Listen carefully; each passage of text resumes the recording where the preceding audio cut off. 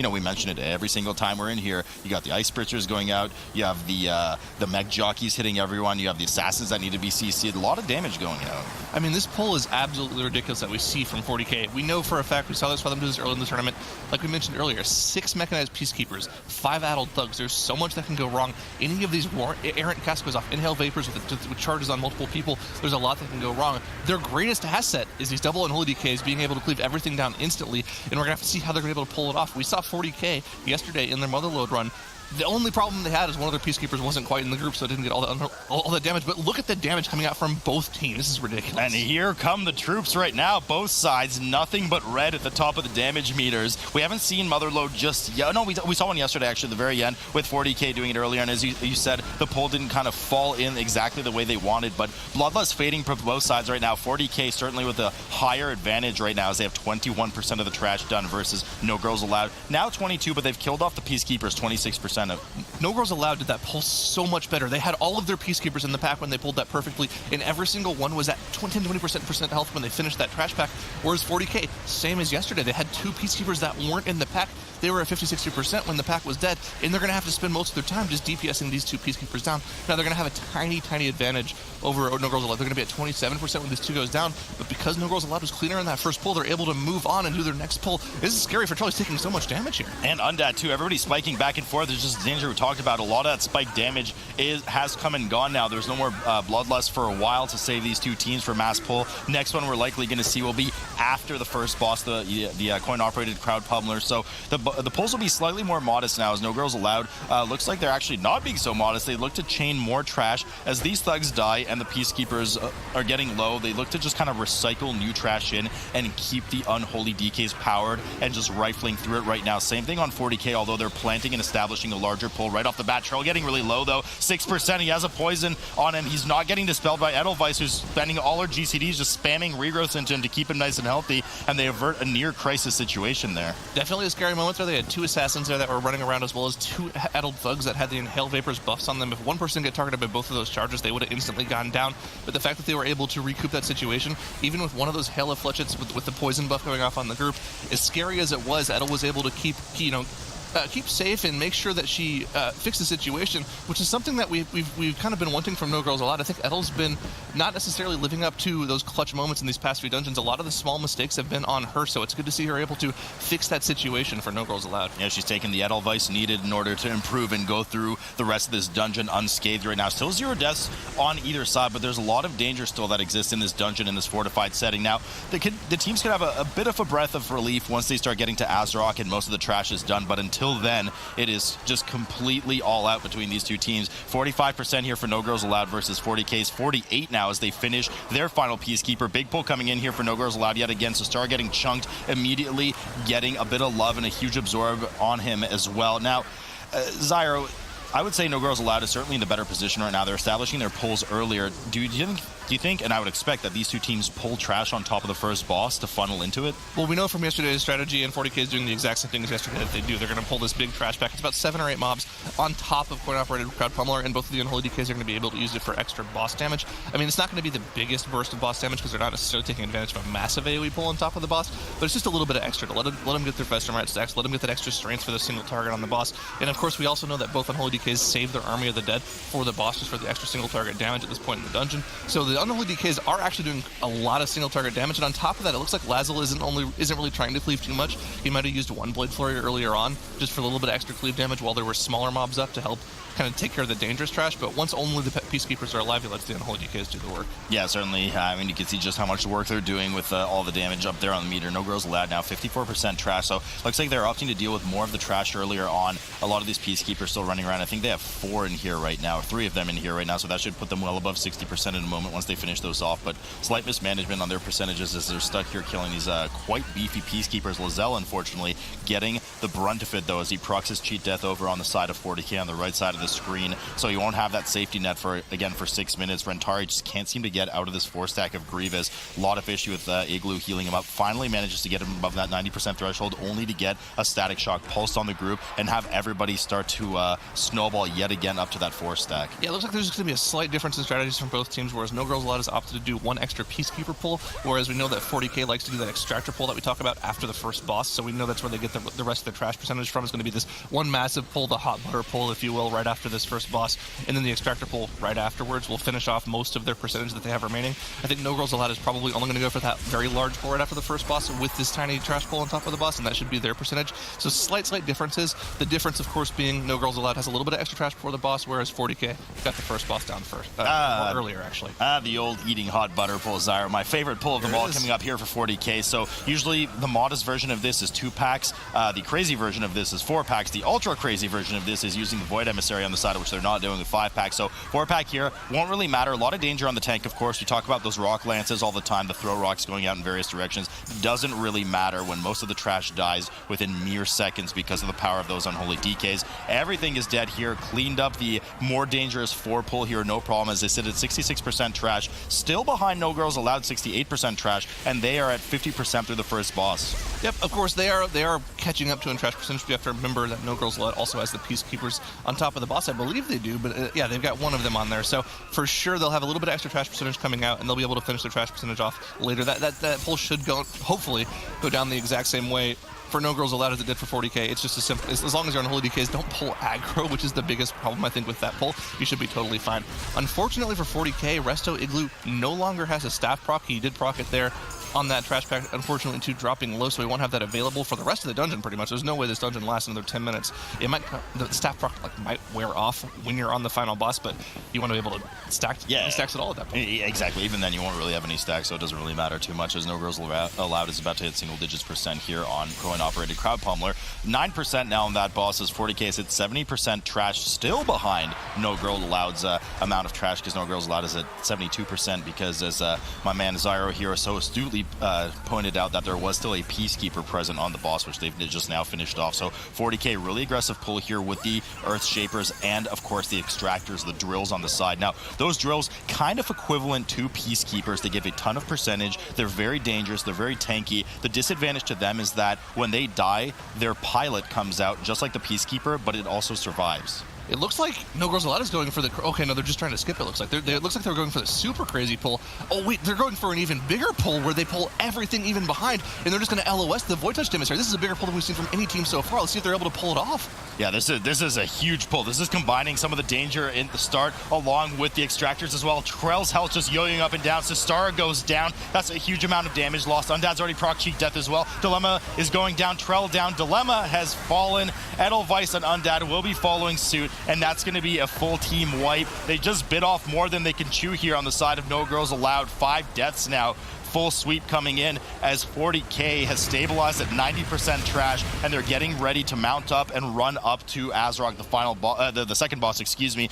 Now, likely I would be shocked to not see some trash pulled on top of Azrog here, Zyro, in just a moment in order to fuel those unholies. I mean, that's pretty much it. They don't have the unholy DK cooldowns. They can't do the large pull that we always talk about teams doing. They don't have the damage to facilitate that. They can try to do it. They can just try to do it without unholy DK cooldowns, but it's going to be not nearly as safe. It looks like they're going for it again, but I don't think without the unholy DK cooldowns you're going to be able to pull this off. There's just not enough damage to pull it off. It's going to be insanely difficult to look at. But do they not have the cooldowns? Are you sure? I mean, I'm seeing I guess I'm seeing their cooldowns mostly. Just Death Pact has been consumed for Dilemma as defensive, and that's about it. I'm pretty sure they didn't have it available. Looking at this, the problem certainly Sistara should, because he died before he got his damage off. Yeah, right. Yeah. So the thing is, like, the exponential damage itself might be able to carry them through this pull, but I suppose the cooldown is just an small extra percentage on top of what they already normally do. But still, the main takeaway is the full team wipe is going to set them behind in this dungeon. We know 40K has an absolutely blazing fast time in this dungeon, and they have no mistakes so far. They're at 0 deaths. They've already dealt with the first 4 Earth Rangers on top of the Taskmaster Iskari trash. They're just playing perfectly in this dungeon so far. They absolutely are. Now, Ascari is not going to be a full 5% or 4 point whatever percent they're missing here on top of Azarok, so they're going to have to, I mean, they can do anything at this point. They could kill a couple of the R&D wing, which you don't want to do. You can also just backtrack and grab a couple of the rock elementals in the gauntlet. We'll have to see. No Girls Allowed did manage to pull the rest of that pull off. They sit at 88% trash. Still, of course, have those 5 deaths as they grab the Taskmaster Ascari trash and are looking to combine it with Azarok in just a moment as some of those sappers place some of their bombs down. Trell immediately turns around, charges into Azarok, and combines all of the trash on top of the boss, looking for that unholy DK play. This is almost the worst case scenario for Azarok.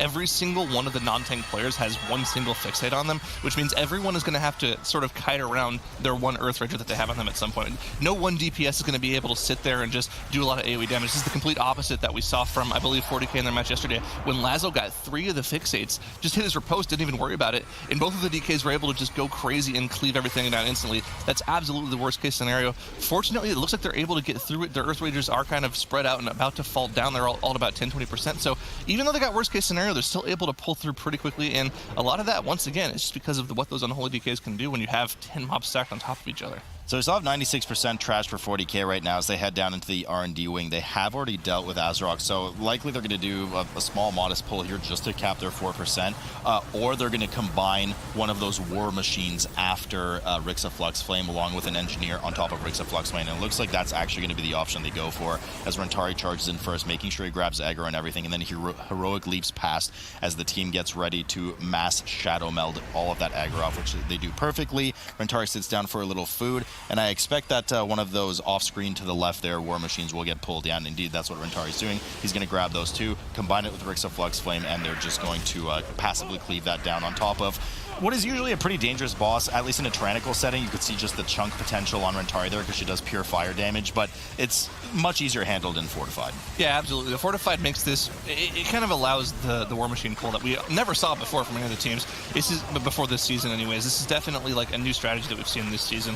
And because of, like you mentioned, Fortified, the boss damage doesn't become too difficult for the tank to deal with. Now, of course, on the Grievous affix, when you have that 4-stack of Grievous, you might not be able to take both the Grievous and the dot damage at the same time, but Rentari did just get healed out of 4-stack right before the fire debuff was applied. And on top of that, I believe it's also dispellable as well, so it's something that you don't really have to worry about too much, but if the dispel cooldown isn't up, there's a lot of damage going out. Unfortunately, on the side of No Girls Allowed, we saw Undead go down during the boss, so they had to spend the battle res on him right at the last second there.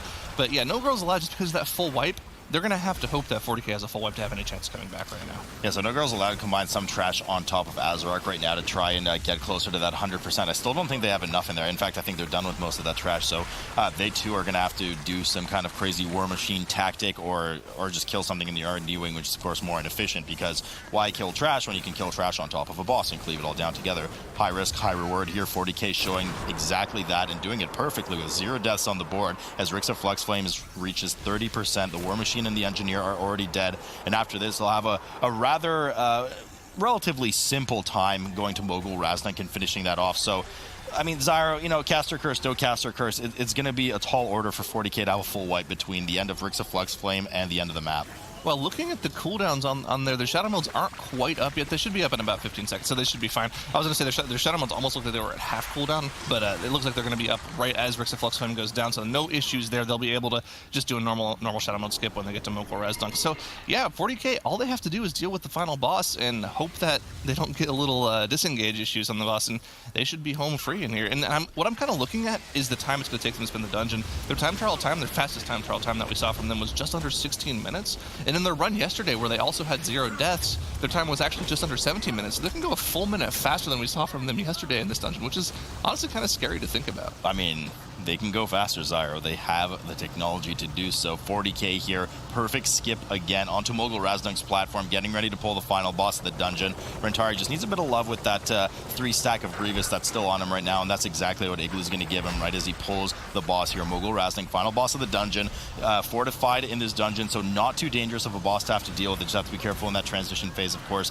as No Girls Allowed has actually committed their bloodlust to the War Machine plus Engineer. I believe there's actually 2 Engineers plus Rixa Flux Flame over there, so they're doing the best they can. And honestly, since their hiccup up, they've had a mostly clean run too, but that one pull, and I'm sure Tettles will talk about it, was really the demise of the dungeon for them. Yeah, I kind of want to see how they set up that pull, because it was a bigger pull than what we see for the normal quote-unquote hot butter pull that we always talk about, but it looked like they didn't quite pull all of the trash on the right side. When they ran through the Void Emissary, they skipped maybe one or two of the trash packs that we normally see on that same pull on the right side, but they combined it. It looked like the plan is to combine it with the Azerite Extractor pack, so they get the extractors down more quickly, and then the goal is probably just, once the extractors are all dead, similar to what we see from 40K, maybe just Shadow Meld off the pilots that come out afterwards, because they don't want to deal with those. They don't give any count anyways, or they give so little count that it doesn't matter. You don't want to deal with them at all.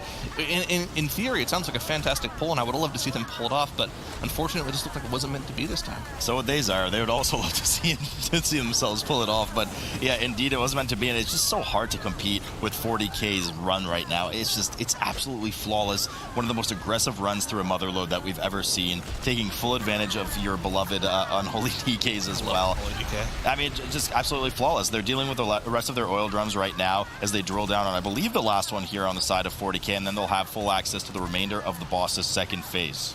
Yep, I mean, I've been a fan of Unholy DK since the Mythic Dungeon Invitational, when it was the Invitational last year at BlizzCon, whenever we invited the teams to BlizzCon. So that was fantastic to see. I believe it was Method and A brought out the... Oh, no, sorry. It was... I believe it was Revo. Yeah, it was Method and A when Revo was taking for Method and A. They brought out the Unholy DK, and it did massive amounts of AoE damage, and nobody knew it was coming. It's just a really cool class to see when it's played right and when it's played around. No, I mean, I agree. I've been a fan of DKs in general since the Burning Crusade. Mogul Raznuk here, 30% right now on for 40K. They're looking to finish off this map quite confidently. Absolutely. I can guarantee it, in fact, this time, 100% that there is no chance that they will wipe on this boss. No Girls Allowed only now getting started. Unfortunately, way too little, way too late, not to mention the 6 deaths on the board, leading to an extra 30 seconds that they would require to finish off this boss. Mogul Raznuk, sub 10% Zyro, and that's a really good start for them. I gotta say, it doesn't get better than that. Time trial time was 15:54. Looks like they're gonna get like something like 16:15, 16:20. This is just absolutely blazing fast.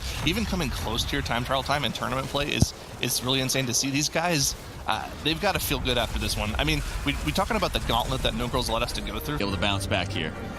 You know, Zyro, so the only couple of changes that we've seen so far here are the 2 Mistweaver monks. Yeah, monks are great, actually. I'm a huge fan as well. We talked about the Unholy DK. I'm a huge fan of the monks as being a healer, because they have the Unholy DKs for the battle res anymore now, and the monk can bring that extra physical damage buff. Well, yeah, the physical damage buff, we know their AoE prowess, really, just for the healing and the damage that they can do, and the huge pull likely to come in Kragmaw's room, and honestly, huge fan of them ever since the Burning Crusade as well. I mean, I was hoping you'd say you're a huge fan of them as well, because I think we all are. Unfortunately, for No Girls Allowed, Troll going down on the very first pull, they could battle res him up here, but it looks like it's not happening. He can't even get... they didn't even try to battle res him. Did they not have runic power or something? Or are they just calling the pull a wipe right there? That's not what you want to see from them. Fortunately, they didn't pop their Bloodlust, but again, just a full team wipe from them. 40K, they've been playing lights out this entire tournament. They also have the #1 time in Underrot too, so these guys, you have to play perfect against 40K. That's the start of the dungeon right there. Yeah, it's going to be a tough one, and you know, just to, jokes aside right now, but just to comment on the tank death there. When the tank goes down, when you have 8 to 10 of the most dangerous mobs in the dungeon on you, resing the tank is really not going to do much. You're not salvaging that pull before. Definitely both your Unholy DKs are dead because of the damage they're doing. The Rogue might survive for a bit with a cheat death proc, but then you're just not killing it anyway. So at that point, why waste the battle res when you know you're going to die? And speaking of death, Trell going down again, just having so much issues. Like, they pulled the ticks on the side. The ticks had a really nasty damage over time effect on the tank.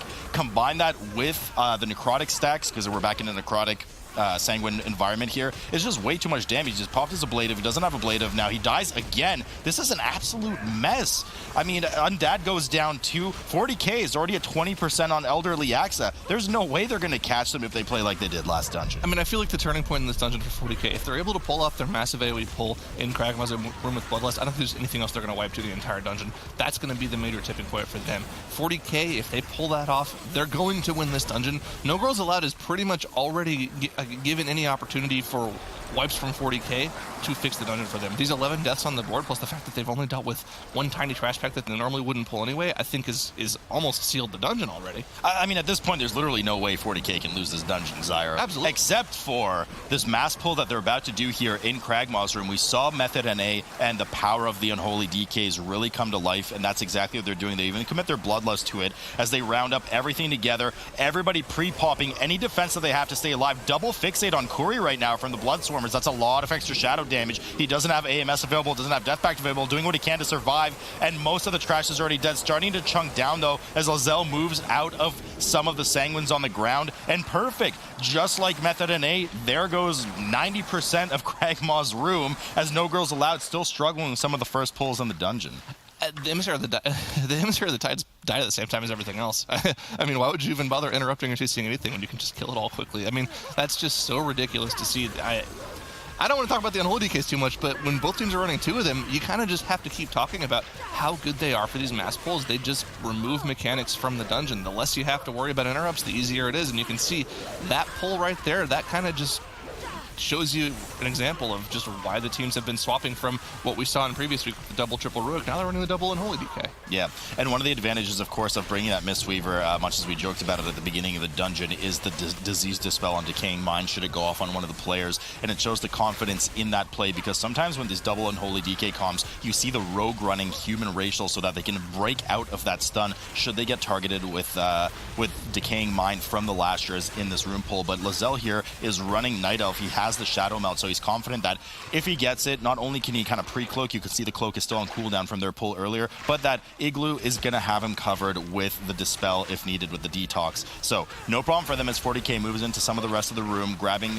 some of the remaining trash. Now, I'm not sure their pull was as big as Method NA's. Method NA, I believe, pulled, I think, practically the entire Kragma room, whereas 40K was just a bit shyer with it, but still executed it perfectly. No Girls Allowed is back now to their initial pull in the dungeon that wiped them entirely. So 11 deaths later, a bunch of minutes and seconds later, and cooldowns later, and they're back at it. But disaster striking here for 40K right now as they toss No Girls Allowed just a bit of a bone. All of the DPS going down. Rantari doing what he can to salvage the pull by kiting around. Igloo's still alive. He uses Chi Cocoon on himself. Rantari 16% HP kiting, but gets frontaled by one of the maggots as well. Igloo dies, and I mean that's all it's gonna be there, Zyra. I mean, if I had $1 for every time we saw a team fully wipe to one of those frontals from the maggots, I'd have a few dollars. I don't know exactly how many I've had, but I feel like that's the #1 thing that wipes teams in this dungeon, especially when you have the Emissary of the Tides in these packs. They didn't have one in that particular pull, but in the earlier pulls, it's a frontal ability. Usually we see teams use their stuns on it. They must have run out of single target stuns, but they didn't have the asphyxiates or the gouge from any of the DPS players there, unfortunately. But yeah, 1 or 2 ticks of that frontal on an 18 fortified setting will just one-shot. It'll take you from 100 to 0 in less than a second. Yeah, I mean, and the problem is, we always talk about, hey, those are snapshotted frontals, because they are. Once the direction is chosen and the cast starts, you can just easily sidestep it and not get hit by it. The problem is when you're relying on somebody else to interrupt it with a stun, with a gouge on a rogue, whatever it may be, with a displace, you don't think about it. You go, oh, the frontal's pointing at me, but that's okay because my buddy on the team has the interrupt ready. If that buddy fails and doesn't interrupt, then you get by the frontal, right? Because you don't expect it to go off, and that's probably part of what happened here on 40K. Hopefully Tettle's backstage managed to get a closer look at that as they get back into action right now and are pulling the pull that had just wiped them earlier. And what's even more devastating about that is most of the pulls are at 15% HP or something, and it all just reset and healed. Yeah, they just lost a lot of time from that. I think actually, it's hard to say, but I think that might have been like one of the worst full-on wipes you can possibly have. When everything's already at 15 to 20%, like you mentioned, you lose the entire time you spent already doing the entire pull, on top of run back time, on top of res time. So that was probably over a minute, maybe a minute and a half time loss for 40K. And I mean, if No Girls Allowed is able to pull off this pull that we saw 40K pull off earlier with the Bloodlust, they could be pretty much right on 40K's heels. Now, 40K still does have an advantage in the dungeon. They're 30% trash ahead, but we know that this particular pull gives about 20 to 25% trash, so they'll be pretty close behind. They'll be pretty close, and I think they have to make an even bigger aggressive pull, because as far behind as No Girls Allowed were, they're still quite far behind even after that full team wipe from 40K. Here comes their Bloodlust right now. Mass pull in the room. It looks like they're pulling exactly what 40K. No, they're actually pulling they're pulling even more. The 3 Lashers from the start of the dungeon, the start of the area, plus the Emissary of Tides are in there. Edelweiss has 2 fixates on her. This trash needs to die quickly, and that's exactly what happens as both Unholy DKs get out over 1 million. Dilemma goes down, but he goes down. If if there's a time to die, it was at the end after all their cooldowns were popped. So that's okay. They do commit the battle res to it, get him back up to finish this last lasher that had a bit of sanguine love. Yeah, I'm gonna coin that. That's called pulling a Zongo. Every single time when our team would do a dungeon, Zongo would die at the very end of the pull and we'd have to res him afterwards. And it was like hard to get angry at him for it because, you know, if you die at the end of the pull, it's whatever. You don't lose a DPS for the entire pull, but it's still 5 seconds on the board plus the res time. So unfortunately, other death on the board, but they caught up in percentage off of that one pull. That was like a 35% trash pull. That was insane to see them pull that off. And I mean, those are the kind of Hail Mary plays that you have to make when you know you've made mistakes when you're behind in the dungeon. You have to catch up somehow. That's what you have to do. They're well on their way to coming back in the dungeon. One small mistake from Fourty K, and they're right back in this. That being said, Kragmaw has been pulled for 40k. It's already at 50% for them, so they're still moving ahead nice and clean through the dungeon. I didn't see if they pulled any trash with Kragmaw, which is normally what we see from teams on Fortified. Have to keep an eye on that going forward. I don't think they have any trash left in the room. You gotta be careful because of the Sanguini Panini with Kragmaw, rather large hitbox, and last thing you want to do is spawn some Sanguine right under the boss accidentally. They deal with the Tantrum well here for 40k. Now, I'm having a bit of deja vu because the series that we saw between Abra and Method and now on this map was kind of similar in some ways, minus the 17 combined deaths, but was kind of similar in some ways in that what happened is 40k here skipped most of the starter trash, went pretty much straight for Elderly Axe and then went on from there, whereas No Girls Allowed spent a lot of time killing extra trash, and that's exactly what I wanted to point out. No Girls Allowed is actually ahead in trash over 40k because they spent that time at the beginning of the dungeon killing it. Now, was that worth it in the end with how sloppy it was, Trell dying 14 times, etc.? Probably not. Obviously not the way they would have liked to see it go down, but it is an advantage that they can play a bit later in the dungeon by skipping something that 40k otherwise cannot. Well, the one thing I was also pointing out is Edel used her bubble on herself. That must have been like a misclick or something because she was at full HP when she cast it, and she's not just going to have that available for a spot healer if someone drops low. It's a pretty significant single target shield. It's it's almost a player's full HP bar. It's a lot. So not having that available on Kragmaw, maybe one of the players doesn't have health potion available for one of the tantrums. That's going to be scary for them. And not having that available, that's just another tool to save someone's life that you don't have. So we'll have to keep an eye if that's a problem. You can see just how much damage, even on Fortified, that tantrum does. It's a ridiculous amount. It's scary, and the Chikakun actually wasn't even used on the side of 40k for Igloo there, so I guess he was just confident healing it up. 40k getting ready to get past the rest of the trash here and move on to Sporecaller Zancha. Now we know this section starts to introduce those defilers that require double interrupt attention for. There's a Death Speaker in there as well that has the raised dead cast that you want to interrupt just because of the Guardians that he will spawn. Now, we have a double Death Speaker pull in here and a lot of Guardians as well. Rentari is able to spell Reflect, but really only one of the applications of Wicked Frenzy should those go off. Raised dead going off right now. It does get interrupted, and the Wicked Frenzy, of course, is not interruptible outside of any hard CC. So you have to displace the mob, you have to stun it, you have to whatever, you have to gouge it, but you can't just kick it regularly or silence it. Not going to work as Rentari starts to move to the other side of this area to try and get rid of some of those necrotic stacks. All the trash dies, and they head over to Zancha here as Kragmaw is still only now just reaching that last quarter of health at 25% for No Girls Allowed. And this is, if there's any point in the tournament, any point in the dungeon where I would see a wipe happening from any of the teams, it would probably be here on Sporecaller Zancha. On Fortified, it still does a lot of tank damage, especially when you're tanking two of those Emissary of the Tides that do pretty much all magic damage to this prot where your tank that doesn't have that much mitigation against magic damage. So I have to keep an eye on Rentari, make sure he's not dropping too low on this pull, especially with necrotic. So as well, just a nasty tank pull in general. On top of that, once both of the Emissary of the Tides are dead, they'll probably pull in both of those defilers as well, which will require kicks from all three of the DPS as well as the tanks. So we'll have to keep an eye on that as well. There's just a lot that can go wrong here if they're not careful with the pull. I think Rentari there played a little ring around the rosy with the boss because he was trying to dodge all the spores coming out. Let's put that on hold for a sec. Dilemma going down here for No Girls Allowed just at the end of the the Kragmaw pull. So that's an extra death, an extra 5 seconds on the board. But what I want to say is Rentari's just spinning around in circles there because he was trying to dodge, and then the shockwave of course comes up and just smashes Lizelle. So he's not going to have cheat death now for a while. Actually, I don't think he even had cheat death available. He's just chunked below 20%. So fortunately, no death for them there. As Sporecaller Zancha hits 58% here for 40k, who said to get 80% trash, which is the typical trash percentage you see here. They're going to do the large pull with the Guardian after this, and then of course the final two abominations right before they get to the last boss. So there's not, I would say there's one more dangerous trash pull in this dungeon that they have to do, and then they're pretty much home free.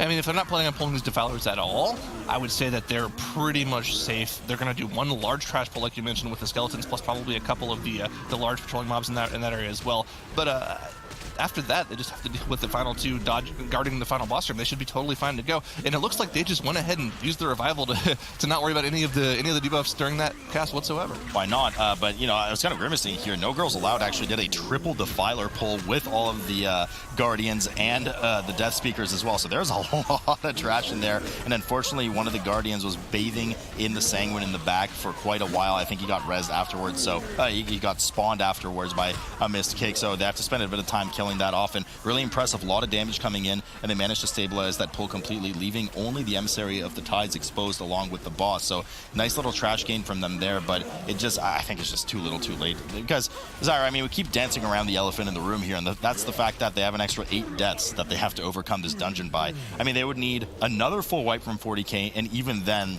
they'd probably still be a bit behind. And not only the 8 deaths, but Sportclaw Zanja is already dead for 40K, and the trash percentage difference, 5% in this dungeon is not that big. That's 2 mobs. That's not that big of a difference. So 40K is an entire boss ahead of No Girls Allowed right now. Now, of course, No Girls Allowed is making all the moves that they need to make in order to have any chance of coming back in this dungeon. They've done 2 absolutely massive pulls and been able to pull both of them off. That triple Defiler pull is incredibly scary. So good on them for doing that. They're giving themselves the opportunity, but that's all you can really do at this point. It's completely in 40K's hands.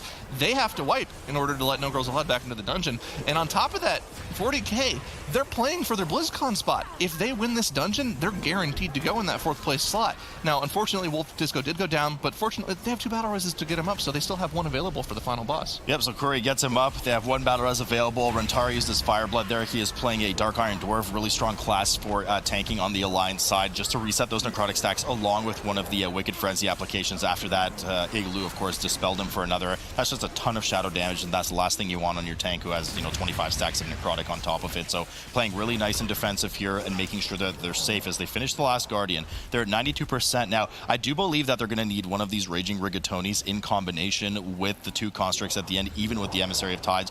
Either that, or they're going to do this Corruptor just by itself. Question mark. Or they're going to pull it through. Yeah, I think pulling it through and leaving 3 of these same HP mobs together is probably a better play, but they might even just pull the 2 back. No, they're going to pull through. They're going to pull it through on top of each other either way.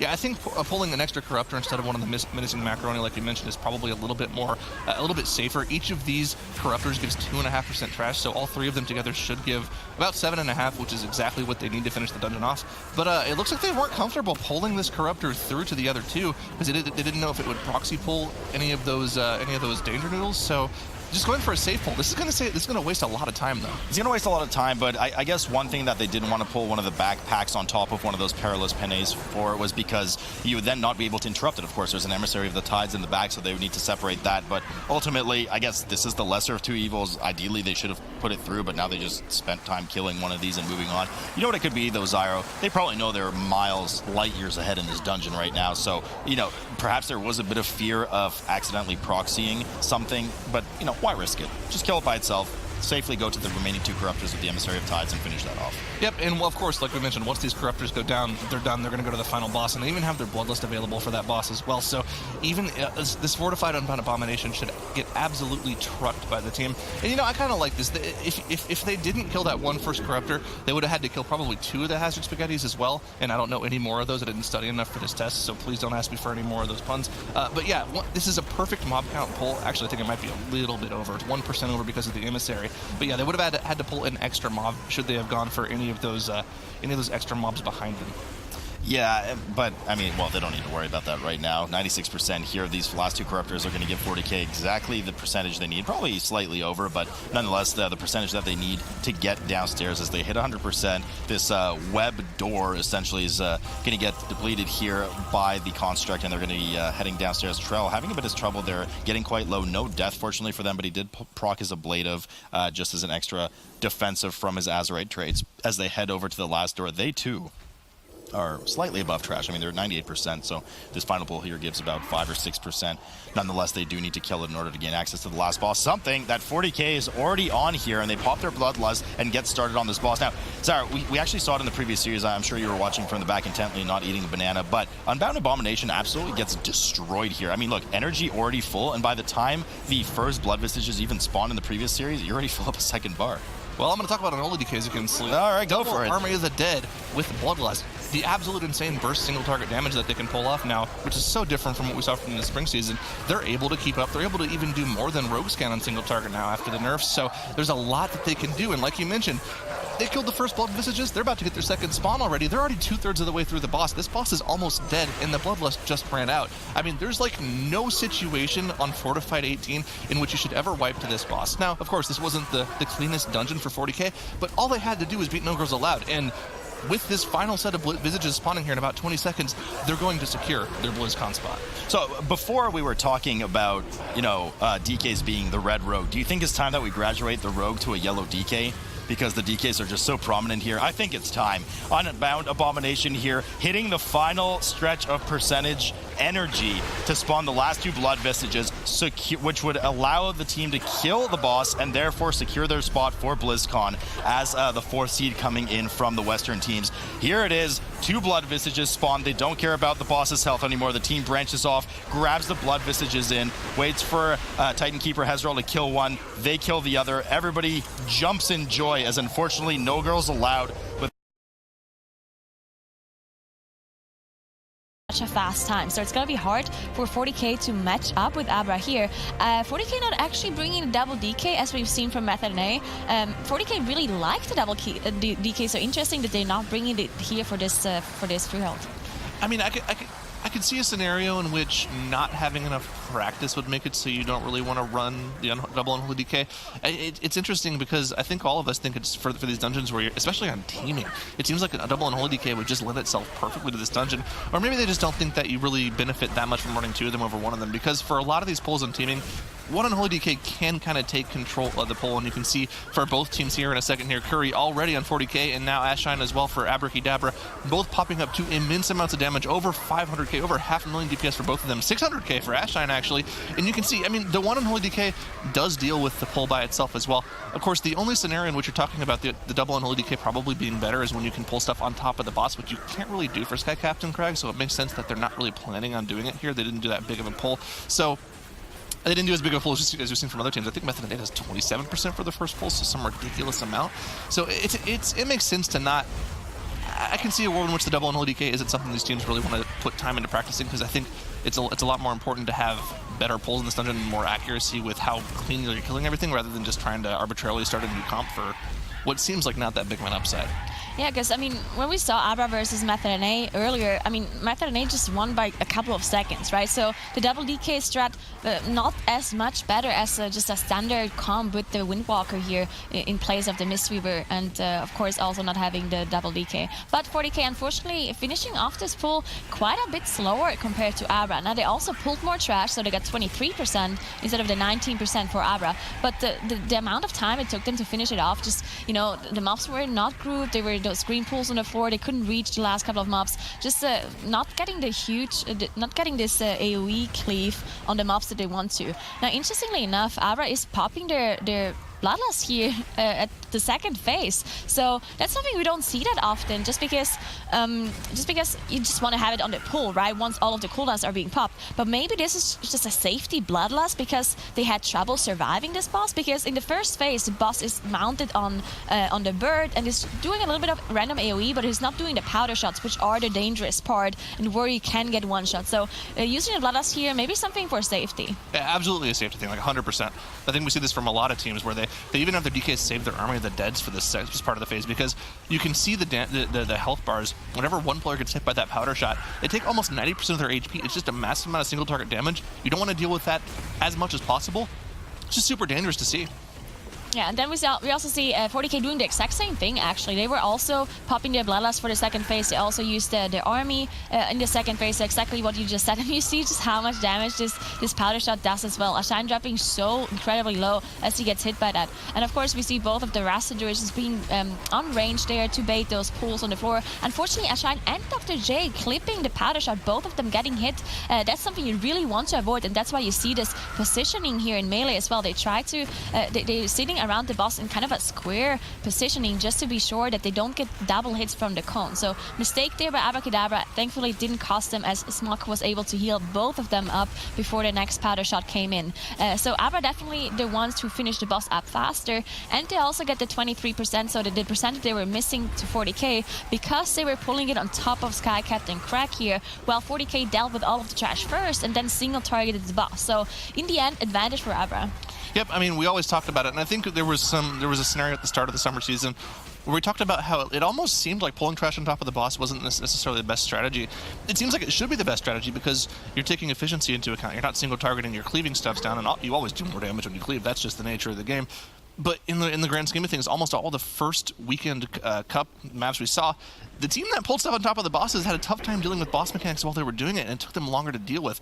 Of course, as these teams go through the weeks and the cups and they get more familiar with how to do these trash pulls, it looks like it's definitely the best play, especially once teams started taking advantage of that unholy DK cleaving damage onto the boss.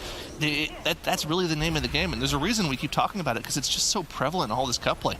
It lets you do so much more damage to the boss than you would otherwise normally do. You get an extra 15-20% damage on the boss from it almost every single time. It's just so good in general for skipping boss mechanics.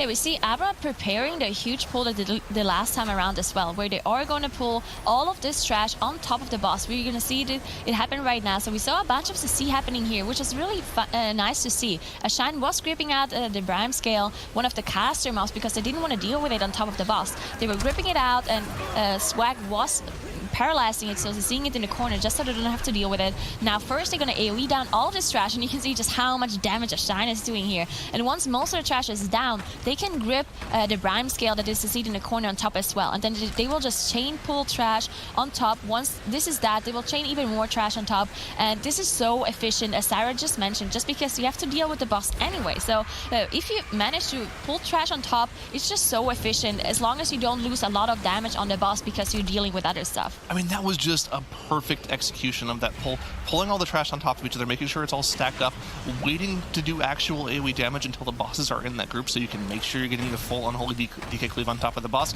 And by the time all the trash was dead, the bosses were both at 80%. Like we mentioned, 20% of the boss's HP for free just because you set up the pull. I think Ashine topped out at 1.6 million DPS, and they were in combat for 20 seconds before that as well. That's just a ridiculous amount of damage. Now, of course, I'm sitting here talking up Ashine a lot, and then he goes down, so that's not what you want to see. And it looks like they also reset the boss, so all the damage we're talking about is just gone. Like, what?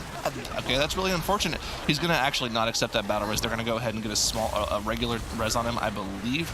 That's just unfortunate to see because they set up that pull perfectly. However, on the side of 40K, they're also having troubles. Igloo going down and Curry also going down. So we're talking a big game about these DKs, but both of them have died. Okay, so the huge problem here for 40K was that they were trying to do the same pull as Abra did on top of the boss, but they were not seeing the Brime Scales. They were just pulling them in, and the problem is they're casters, so they were standing in on range, they were constantly casting, they didn't really stack up with the rest of them because they only have one single target grip from the DK come in, and they were just not able to stack up their range with the rest of the mobs. And then the range were constantly casting those spells, then Igloo went down, Kiro went down, and there's just no way of them to recover this. So they had to reset the boss on 40K's side and just get them back up, and now they have to re-engage. Now, unfortunately, Abra though, not the same problem. They weren't resetting it on purpose. It actually was a mistake for them to reset the boss. But they had some trouble with the Void Touched Emissary. As you can see it in the back left corner for Abra right now, there's a Void Touched Emissary, and how those groups are playing this boss is by just trying to outrange the cast and not getting in combat with it at all. They don't even want to go close there, but they somehow got in combat with it. It was casting AoE in the group, and they were getting hit by the AoE as well. At least they managed to down the trash, so they're up to 46% compared to the 39. But having to re-engage this boss while having used all of those cooldowns already, definitely a big problem for them. Now, of course, in the Council of Captains, we are consistently on the tournament realm, perpetually, as a matter of fact, in a state where Captain Eudora will be the friendly one of the captains. Man, I would envision a scenario in which people watching this that play live keys would love this, where Eudora is never somebody they have to deal with. Unfortunately, just tournament realm, they don't have to deal with Eudora, so they do have Captain Raoul and Jolly to deal with. Just a lot of ground AoE that they have to dodge. They have to dodge the Whirlpool Blades, they have to dodge the Cutting Surge, and of course, you can't stand in that barrel smash from Captain Raoul either. Now, of course, for friendly buffs, they do have those barrels that are constantly being tossed out, those brews that are being tossed out over the fight. Of course, there are 3 different ones. You can either get a crit buff, a haste buff, or a damaging dot. And of course, the bosses can be dealt with as well. They can get hit by those brews as well. So you're going to see Divinefield try to kite both these bosses around to get hit by every single one of those bad brews. And whenever you see that brew debuff on both of the bosses, they're going to be taking insane amounts of damage from that bad brew. And I think over the course of the fight, the bad brews will do almost as much damage as the players. Maybe not that much, maybe something like a quarter to 30% of the boss's HP. But if you're able to successfully kite both of the bosses and every single one of the bad brews, it very, very significantly speeds up the encounter. Yeah, lots of people are unhappy if they get a bad brew because it doesn't buff their own damage with the crit or the haste. But the bad brew is a lot more damage on the bosses than a buff would be on the player. So definitely want to have the dot damage over time effect, this negative brew effect, much rather than the positive effect. Now we see Abrakeydabra moving on as to down the boss. They're doing a pretty significant pull here in this arena. They already started the event, so Ludwig will spawn soon, and they will probably pull this trash on top of Ludwig once he's here. And there we go. Oh yeah, perfectly done, and they're already on Ludwig. They got trash on top of Ludwig, and we talked about it yesterday when we were watching Method. They do this pull in about 4 different pulls. Hold on a second, your Divinefield dropping incredibly low and just getting out, using the Ring of Peace to make sure everything stays away from him, making sure he doesn't take any extra melee damage that's unnecessary. Of course, once he's healed back, he can go back in and do some damage, but the problem with kiting this pull is everything gets all spread out, and they're not able to do very efficient cleave. Usually with the double Unholy DK, this would all be dead by now, but because Ashen was unable to get a lot of efficient cleave when everything was spread out, it's still alive. It's still going to be hitting Divinefield. Fortunately, it looks like he's in a pretty safe spot now that he's been healed back to full, so he doesn't have to worry too much. He can just slowly cut around and not make sure he's taking too much of that melee damage. But a little scary for a second there. There was a lot going on. That spread could have had a lot of consequences for them, but they're able to pull it back together. Yeah, these kind of pulls are pretty dangerous because you just saw how Smok got gripped into the pack twice by the Harpooners, who throw out one of those hooks and they just hook you into melee range. Now, there's so many things that can go wrong with this. You can get hooked into one of those shells and just get knocked somewhere, and it does a lot of damage, the shells, if you get hit by them, and then you also get knocked, and you can get knocked into some other AoE effect that will just kill you. We've seen it multiple times, actually. Also, later on when we have Trothak, and Trothak just casts any of the whirlwind effects or any other AoE damage, and if you get gripped into those, you're gonna be in trouble as well. So you definitely want to watch out for that. Now, Abra did down Ludwig here. They are pulling even more trash now. They're gonna wait until Trothak spawns and then pull the trash on top. Now, this is a very dangerous pull as well. So you want to watch out on what Abra is doing here. The last time around, they had Dr. J die on this very pull, but they have 2 battle rashes available, so they can get them back up. We saw on the side of 40K, they didn't have to kite that pull out at all, and as a result, they dealt with that pack probably about twice as fast as Abrakeydabra did. Curry is staying very consistently at 250k, while during that pull, Ashen was barely topping out at around 140k after the kiting occurred, so they were definitely able to deal with that a lot quicker than Abrakeydabra, and it's just an extra little opening to get them back in this dungeon. They do have 2 extra deaths on the board, and of course, they weren't able to deal with the boss as efficiently after they had those 2 deaths to the trash, plus they had to reset the boss.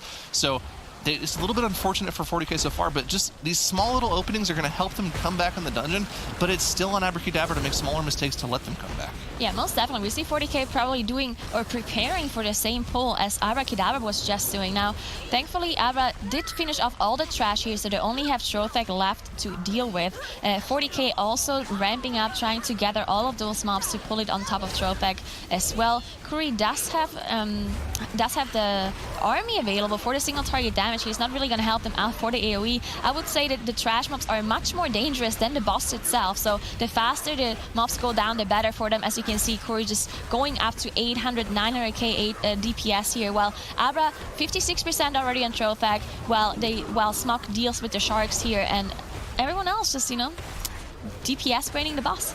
Yeah, just going single target. They're letting the Unholy DK take care of things, making sure he gets absolutely max stacks on his Festermite traits, just so he makes sure he gets full single target damage out there.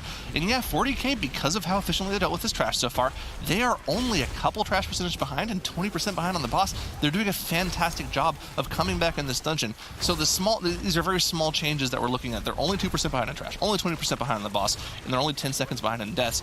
The door is completely open for them if they do anything just very slightly slightly better than Abrakeydabra for the rest of the dungeon, they will be coming back and making this a very close match. Yeah, most definitely. The fact that both of those teams unfortunately had resets on the second boss, just and as you mentioned, 40K just dealing with the trash better, just being more efficient, having this better execution time. Now, unfortunately, dealing with the trash faster on top of those boss pulls is actually just not going to help you that much, because you still have to deal with the boss, right? So you still have those single target mob that you have to deal with, and it's still 20% difference on a tyrannical fight. But again, there's so many things they can do wrong on the Harlan Suite encounter, and most of those teams, they are doing those risky pulls where you pull the trash packs on top of Harlan Suite, you commit your bloodlust, but then you have enforcers throwing your tank around, and you can get knocked into random things like volcanics on the floor. There's so much RNG that can happen and that can cause a wipe. So there's definitely lots of things that can go wrong for Abra here. But so far, decently clean after this reset that unfortunately happened for them.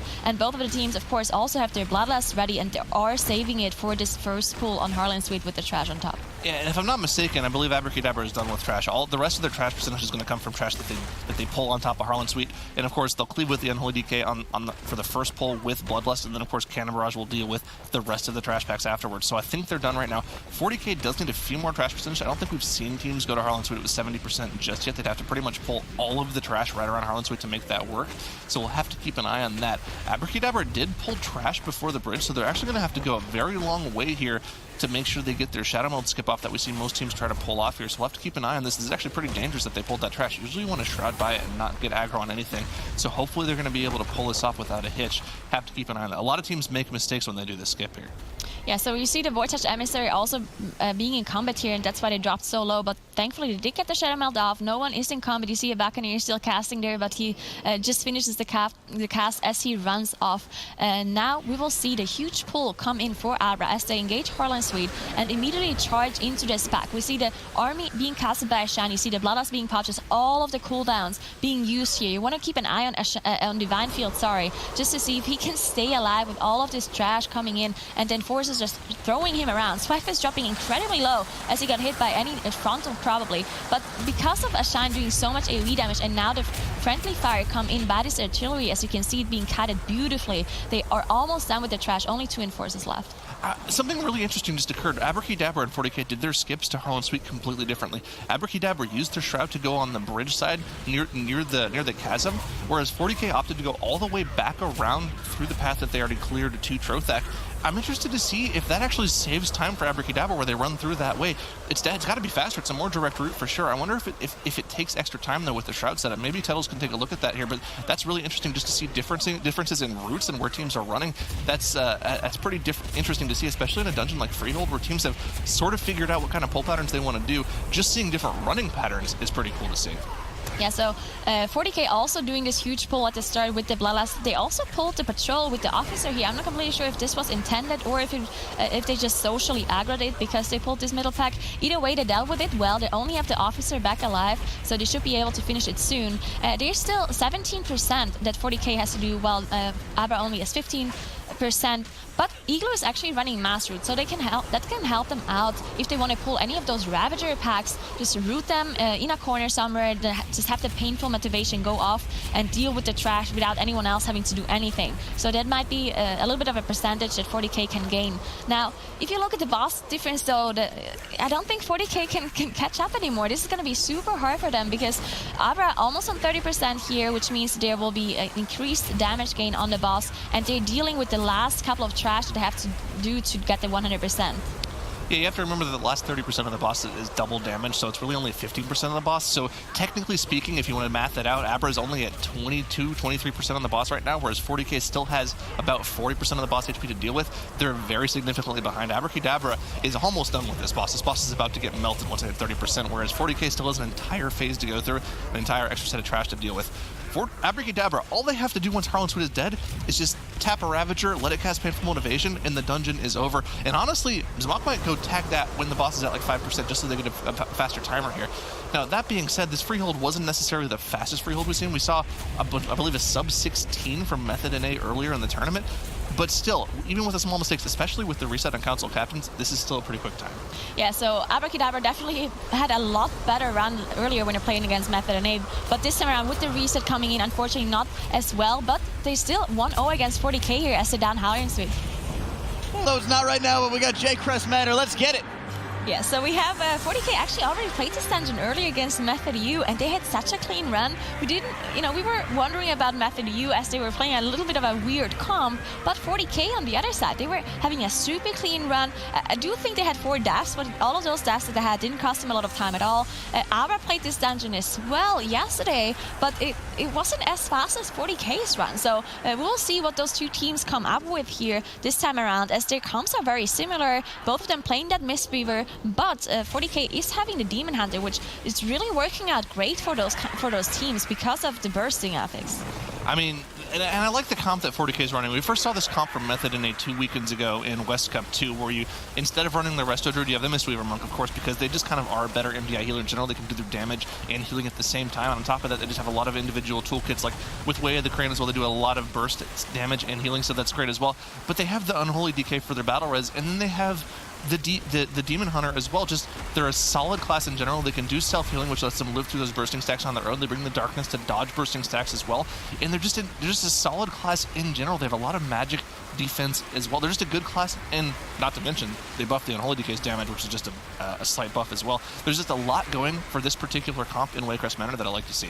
Yeah, they really just enabled their melee comp even more by just bringing this physical damage buff. And as you mentioned, Way of the Crane making those huge pulls even possible. Here in this dungeon specifically, because of the bursting, Way of the Crane just being able to heal through a lot of bursting stacks is such a huge cooldown that he can use. And then on top of that, it enables those huge pulls as well, because you want to do the huge pulls with the Unholy, but the Resto Druid not quite healing well enough to go through all of those huge bursting stacks and all of this insane damage that is coming out of the trash. Now 40K and both Abra using their Bloodlust here as they pull trash on top of the boss, on top of the Triad. Both of them downing Salema, and they also have a Captain and a Guard on top, which does so much tank damage, so they want to make sure that Divine Field and Rentari stay alive. Yep, similar pull strategies we saw from that Method EU 40K match. Of course, 40K doing the same strategy we saw where they pulled both trash packs on top of the boss. But Abrakeydabra also opting to do that exact same strategy, and we almost saw an Ascension Ritual go off from that Acolyte. If that happened, it would have turned into one of those witches that we see spawn throughout the dungeon, which is not what you want to have to deal with on this boss. Fortunately, it was kicked. They didn't have it get off, but that would have been pretty disastrous if it did go off. It would have been something you hate to see for Abrakeydabra. That being said, 40K dealing with the trash pack that much quicker, probably about 10 seconds faster than Abrakeydabra on their first boss kill plus trash percentage. But I'm pretty sure we're going to see just about almost exactly the same strategies coming out from both teams. Both probably heading into this courtyard here pretty soon to deal, and they'll deal with the Jagged Hounds first, and then they'll go on to deal with the bigger pull right after that. It wouldn't surprise me to see a lot of personal cooldowns, maybe even the darkness coming out from Laszlo here. Yeah, the darkness definitely favorable for those huge pulls here. You can rotate your cooldowns, right? You can rotate darkness first for huge bursting stacks, and you can do Way of the Crane for another huge pull. So definitely big cooldowns coming in for 40K here to survive the bursting stacks, as both of those teams deal with the Jagged Hounds. So both of them doing the exact same pulls here until right now. And you see how low they drop from those bursting stacks. Lascelles holding on to the darkness for this next pull, where they are going to pull a lot of the mobs on top of this Void-Touched Emissary. So there's so many Thorn Shapers here. You're going to see a lot of infected thorns being casted. So the Mistweavers want to be sure that they dispel the right targets here. Yeah, but you see a lot of damage coming out. That was a 4-stack of the bursting going on in the group on top of 2 or 3 infected thorn debuffs, like you mentioned at the same time. We didn't see the darkness come out just yet, and unfortunately both Rentari and Curry going down. It's going to be a full group wipe. It looks like they didn't quite kill that Void-Touched Emissary in time, and they ended up taking a lot of residual group damage. Just a pretty disastrous full wipe from them. It just fell apart at the last second. Yeah, this was just this one Void-Touched cast that went off, and I mean, Lascelles was holding on to this darkness because it was not supposed to go through this cast. He was supposed to hold the darkness for the bursting stacks afterwards for the mobs, right? So I can't blame Lascelles for not using it there. It might have saved them, but in the end, that's not what they planned on doing. They really wanted to have enough damage to finish off the Void-Touched Emissary before the cast comes out, and it just barely didn't have enough. And now Abra having a lot of trouble too, as Smok goes down while he got hit by the Thorn by Soulbound Goliath, and they're actually resetting, interestingly enough, because they had everyone back alive. alive, so maybe they could have salvaged the pull, but they decide on resetting anyway. That was scary. Ashine got the battle res off at 16% HP, got the infected thorn debuff, went from 16% to 8% HP in the first global from Zamak when he came alive was to dispel that thorn. Another tick of that would have taken Ashine down. Just perfect GCD usage from both players there. There was only one decision to make it, but this is figuring out the decision is the hardest part of this. Being able to make those clutch plays at the last second is what you want to see from those teams, and it was good from Zamak to pull that off. They didn't have to reset the pull because of it. Ashine is with the group, so good to see there. Abrakeydabra is in the driver's seat here as we see them pull a lot of this hallway, a lot of these devouring maggots into that Void Touch Demonstrator. There's going to be a lot of spit debuffs coming out on the group here. Yeah, so they're in combat now, so they decided instead of just going on the Thorn Shapers and finishing them off, they pull it on top of this Void Touched Emissary. So they do have to do a little bit of a different route here, a different pull pattern because of the reset on the boss that they had to do because of the death on Smok.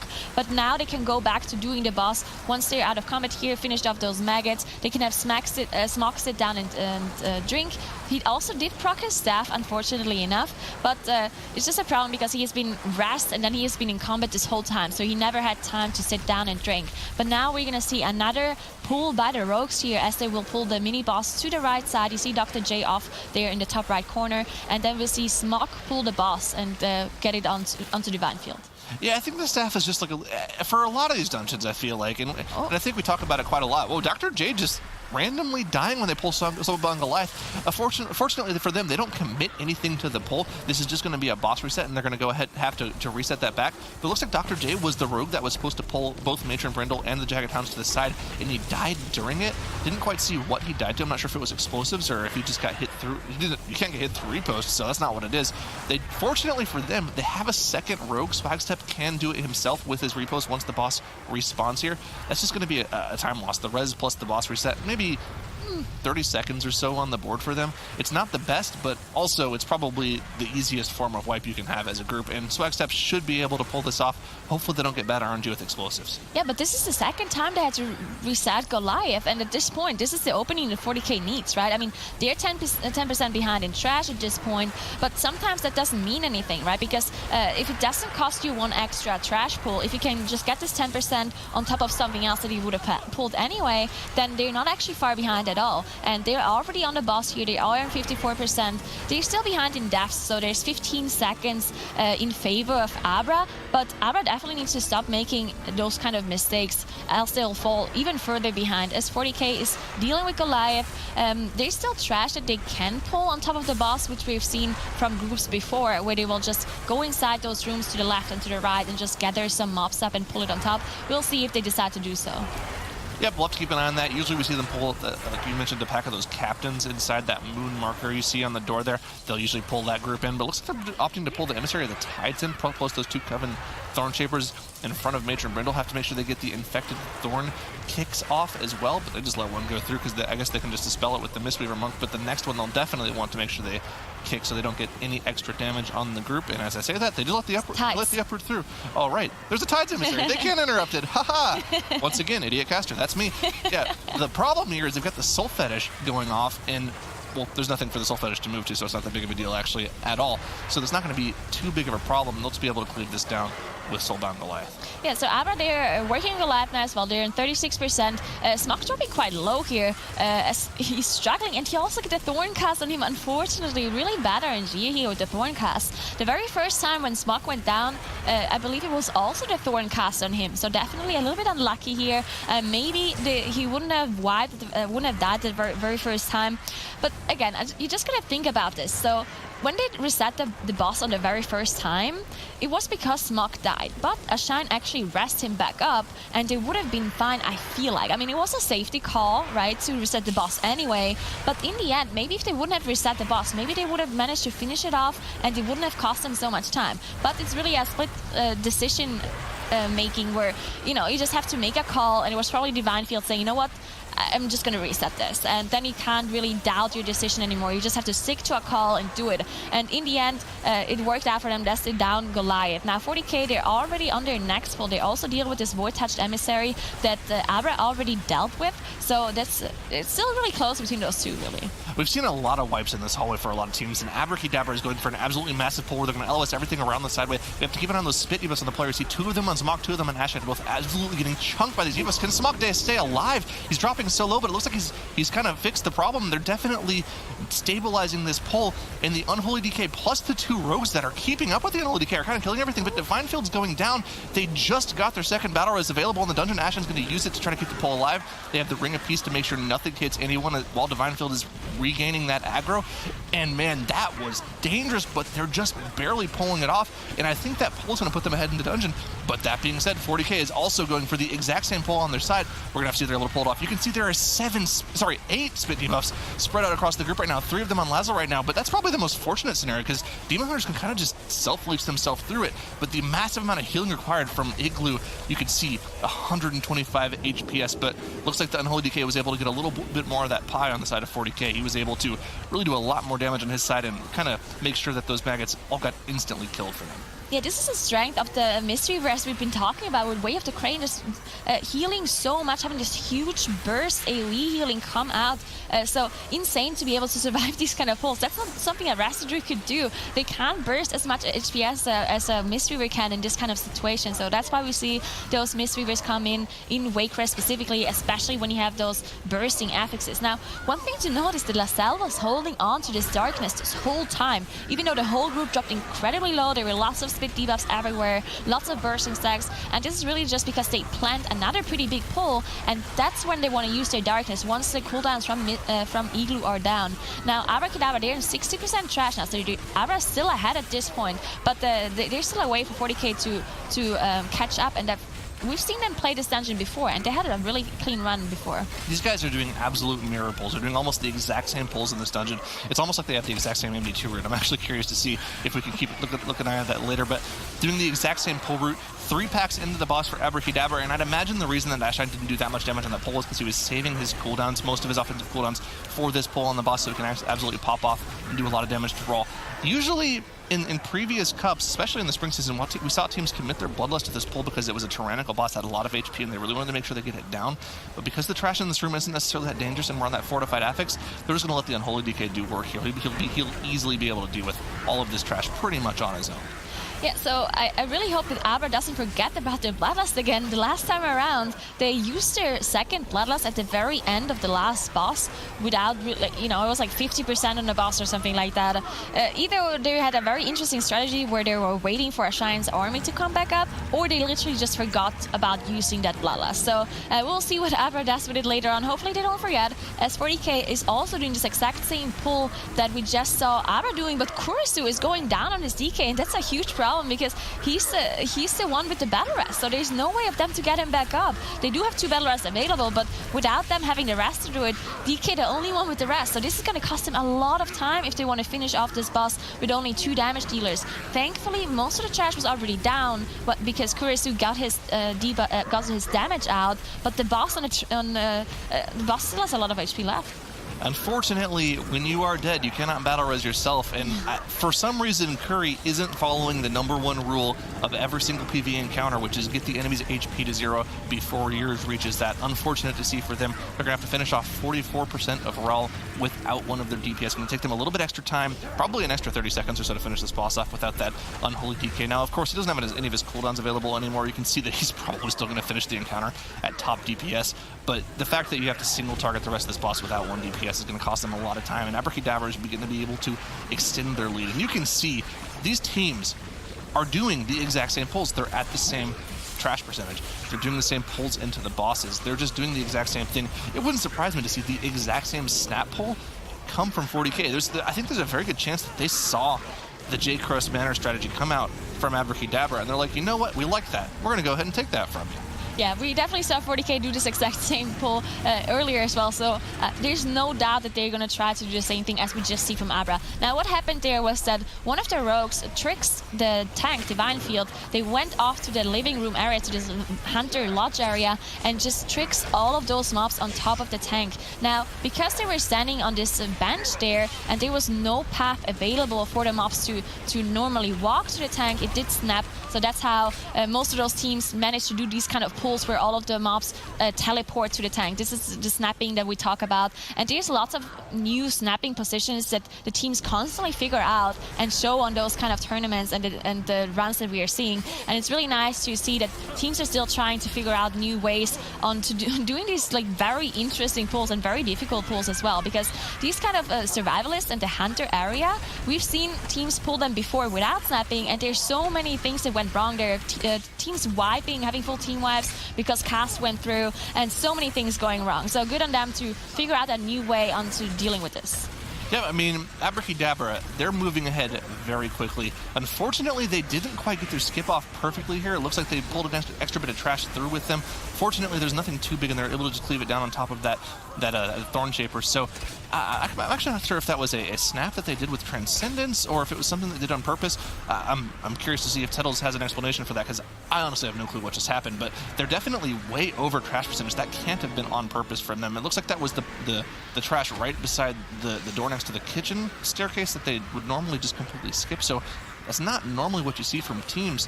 Unfortunately for Fourty K, during their skip, Curry goes down to a multitude of spit debuffs. Also not what you want to see. It looks like Rentari might go down too. He's taking a lot of damage from that Void-touched Emissary down there, and Lazel's also in combat and going down.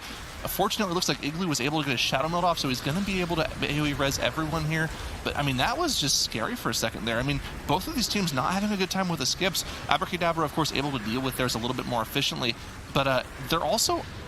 This is really weird from Abrakeydabra. They're opting to not pull trash into the boss, which is what we see from pretty much every team that goes fast in this dungeon.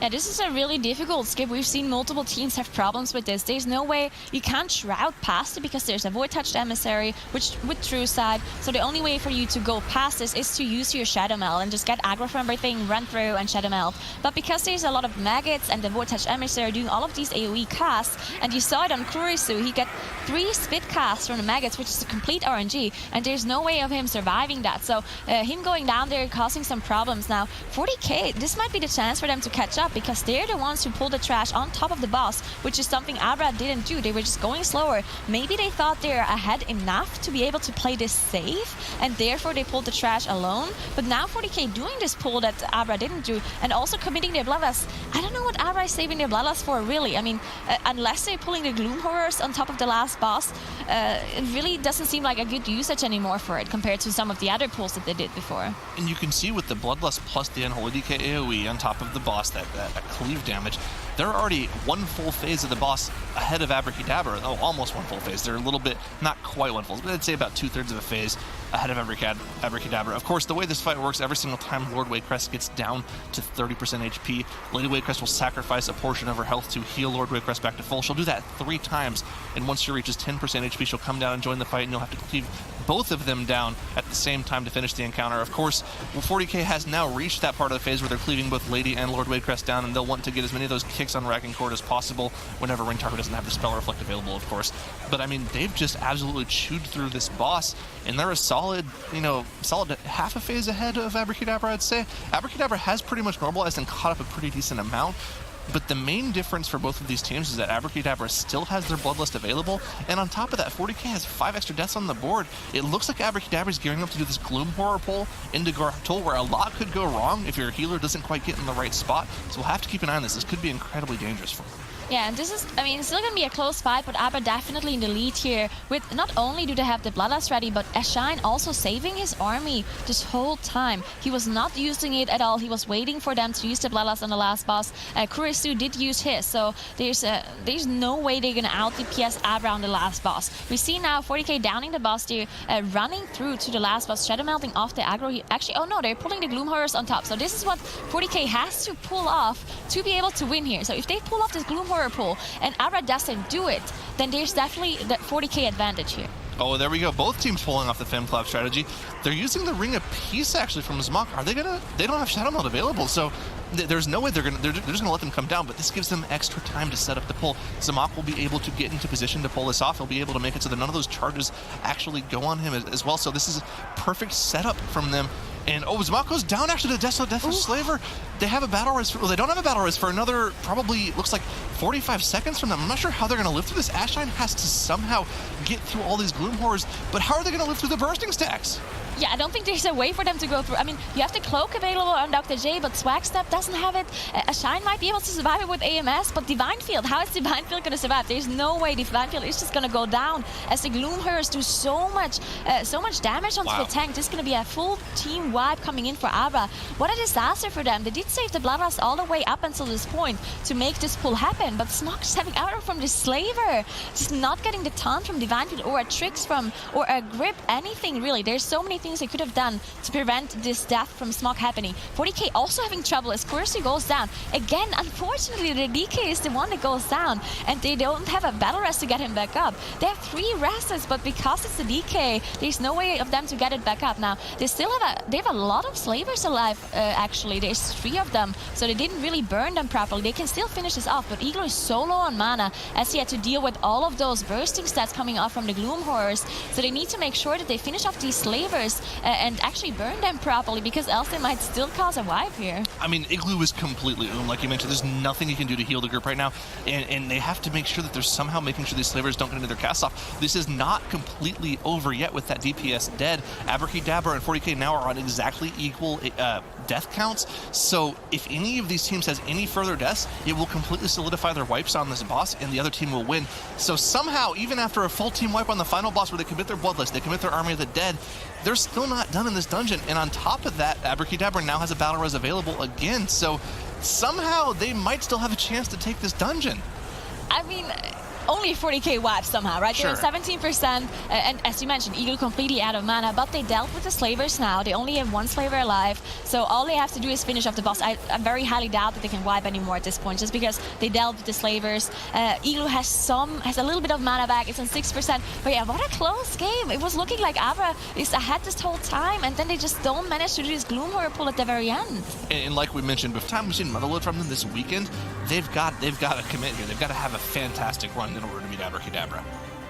Yeah, so we see both of them immediately stealthing, which is something we've seen almost all of the time here. Almost all the teams are skipping this first trash here just because they don't want to deal with all of those different mobs at all. And now we're probably going to see a Bloodlust from both of those teams as they gather up this huge pool. As you can see, 40K already popping their Bloodlust before all of the mobs are even in. And Abra now popping their Bloodlust as well. You see, unfortunately, there's a cast that went off an Assassin. That's why Divine Field has all of those poison stacks on top of him. And you see the whole group dropping so low. But as soon as the DKs ramp up their damage, those mobs are just going to die immediately. Wolf Disco unfortunately going down before he can do all of his damage. You can see Kurisu doing a lot more, but hopefully they can still finish this off. And the thing that I was going to point out here, I can still point it out, so I'm going to point it out, is that the problem 40K has had with this first pull, even though they've been melting all of that small trash, the dangerous trash, and it might be more consistent to do it that way, from other teams, especially No Girls Allowed, if they were able to finish off their strategy, they would have beaten 40K in this dungeon because of how clean they were on this first pull. And it looks like Abrakeydabra is more clean. All of their Peacekeepers are sub 10% at this point, while 40K still has 2 Peacekeepers alive, and one of them is at like 30 or 40%. It looks like they kind of do their AoE a little bit too early before all the Peacekeepers are perfectly stacked up, and it just takes them longer to do the pull that way. That being said, it is a little bit of a bigger pull. They get 29% instead of 28%. But Abrakeydabra is already setting up their second pull while 40K is still running to it. It's just, this is 3 times in this dungeon now, where it seems like that's probably the defining factor in what made their 15:54 run in time trials. Probably just those Peacekeepers at the start saved them the 20-30 seconds alone.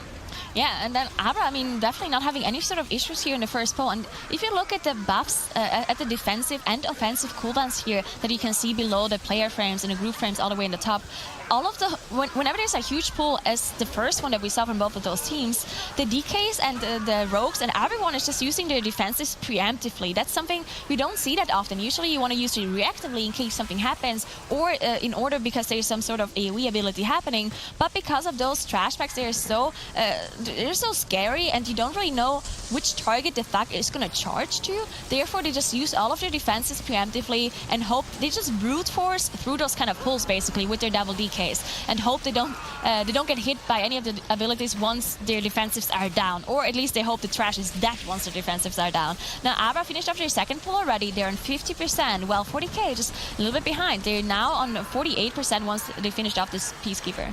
I want to say that was absolutely beautiful from Abrakeydabra. Those 3 Peacekeepers all died like half a second after each other, and we got a beautiful shot of all 3 dying in the same small line. Love to see that. And at the same time, Abrakeydabra halfway done with their trash after 2 pulls. Just goes to show how perfectly they have this dungeon mapped out. And it looks like Abrakeydabra is going for more of a no girls allowed strategy, where they get to about 65-66% trash before they deal with the first boss, whereas we know from 40K, it's the 3rd time we've seen it this weekend, they like pulling their 3rd pull on top of coin-operated crowd pummeler and let the DKs do their work. After this first static pulse, they'll pop their army in the dead, and they'll start going in on the boss here. We'll see how quickly they're going to be able to pull this boss. If I remember properly, we'll probably see them kill the boss by about the time Abrakeydabra starts pulling, if it's anywhere similar to what No Girls Allowed. I mean, all of these teams are so practiced in their strategies that it wouldn't surprise me to see similar things from Abrakeydabra that we saw from No Girls Allowed. Yeah, this is so funny too, because each team is seeing some strats from another team and taking something here and there, and then it all just shapes up to be one whole strategy. Like the best strategy in each dungeon is just multiple small things that come from each team, right? And they just all add it up together to have one beautiful strategy. Now this thing that 40K is doing with pulling this trash pack on top of coin-operated crowd pummeler, that's actually something that Abrakeydabra did the very first time. They were the first team to pull this trash pack on top of the first boss, which is what Abrakeydabra is doing right now as well. So 40K definitely took this from Abra, and this is a very difficult pull as well, just because not only do you have to deal with the boss and all of the frontals that are happening, but you also have to deal with the huge area of denial that the Peacekeeper constantly casts in this fight. Yeah, but this is almost exactly the same as what happened with No Girls Allowed. A little bit less trash percentage from Abrakeydabra, but because they're pulling trash on top of the boss, they're probably going to be at about the exact same trash percentage. And of course, we know Abrakeedabra's pull style is going to be the exact same thing 40K does. They'll do the hot butter pull, as we've coined it for some reason. I think that's a stupid name, but we're kind of committed to it at this point because we've said it for the past 2 weekends. So yeah, that strategy, and then of course they go to the extractor pull afterwards, where they'll cleave those 4 extractors, shadow melt the rest of the trash off afterwards, and then they'll be on to Azarok after that. Unfortunately for Abrakeydabra, Ashine does go down on the boss. They have a battle res available for him. That'll be their only one for the next 4.5 minutes, so not having that on the board for the next trash pull.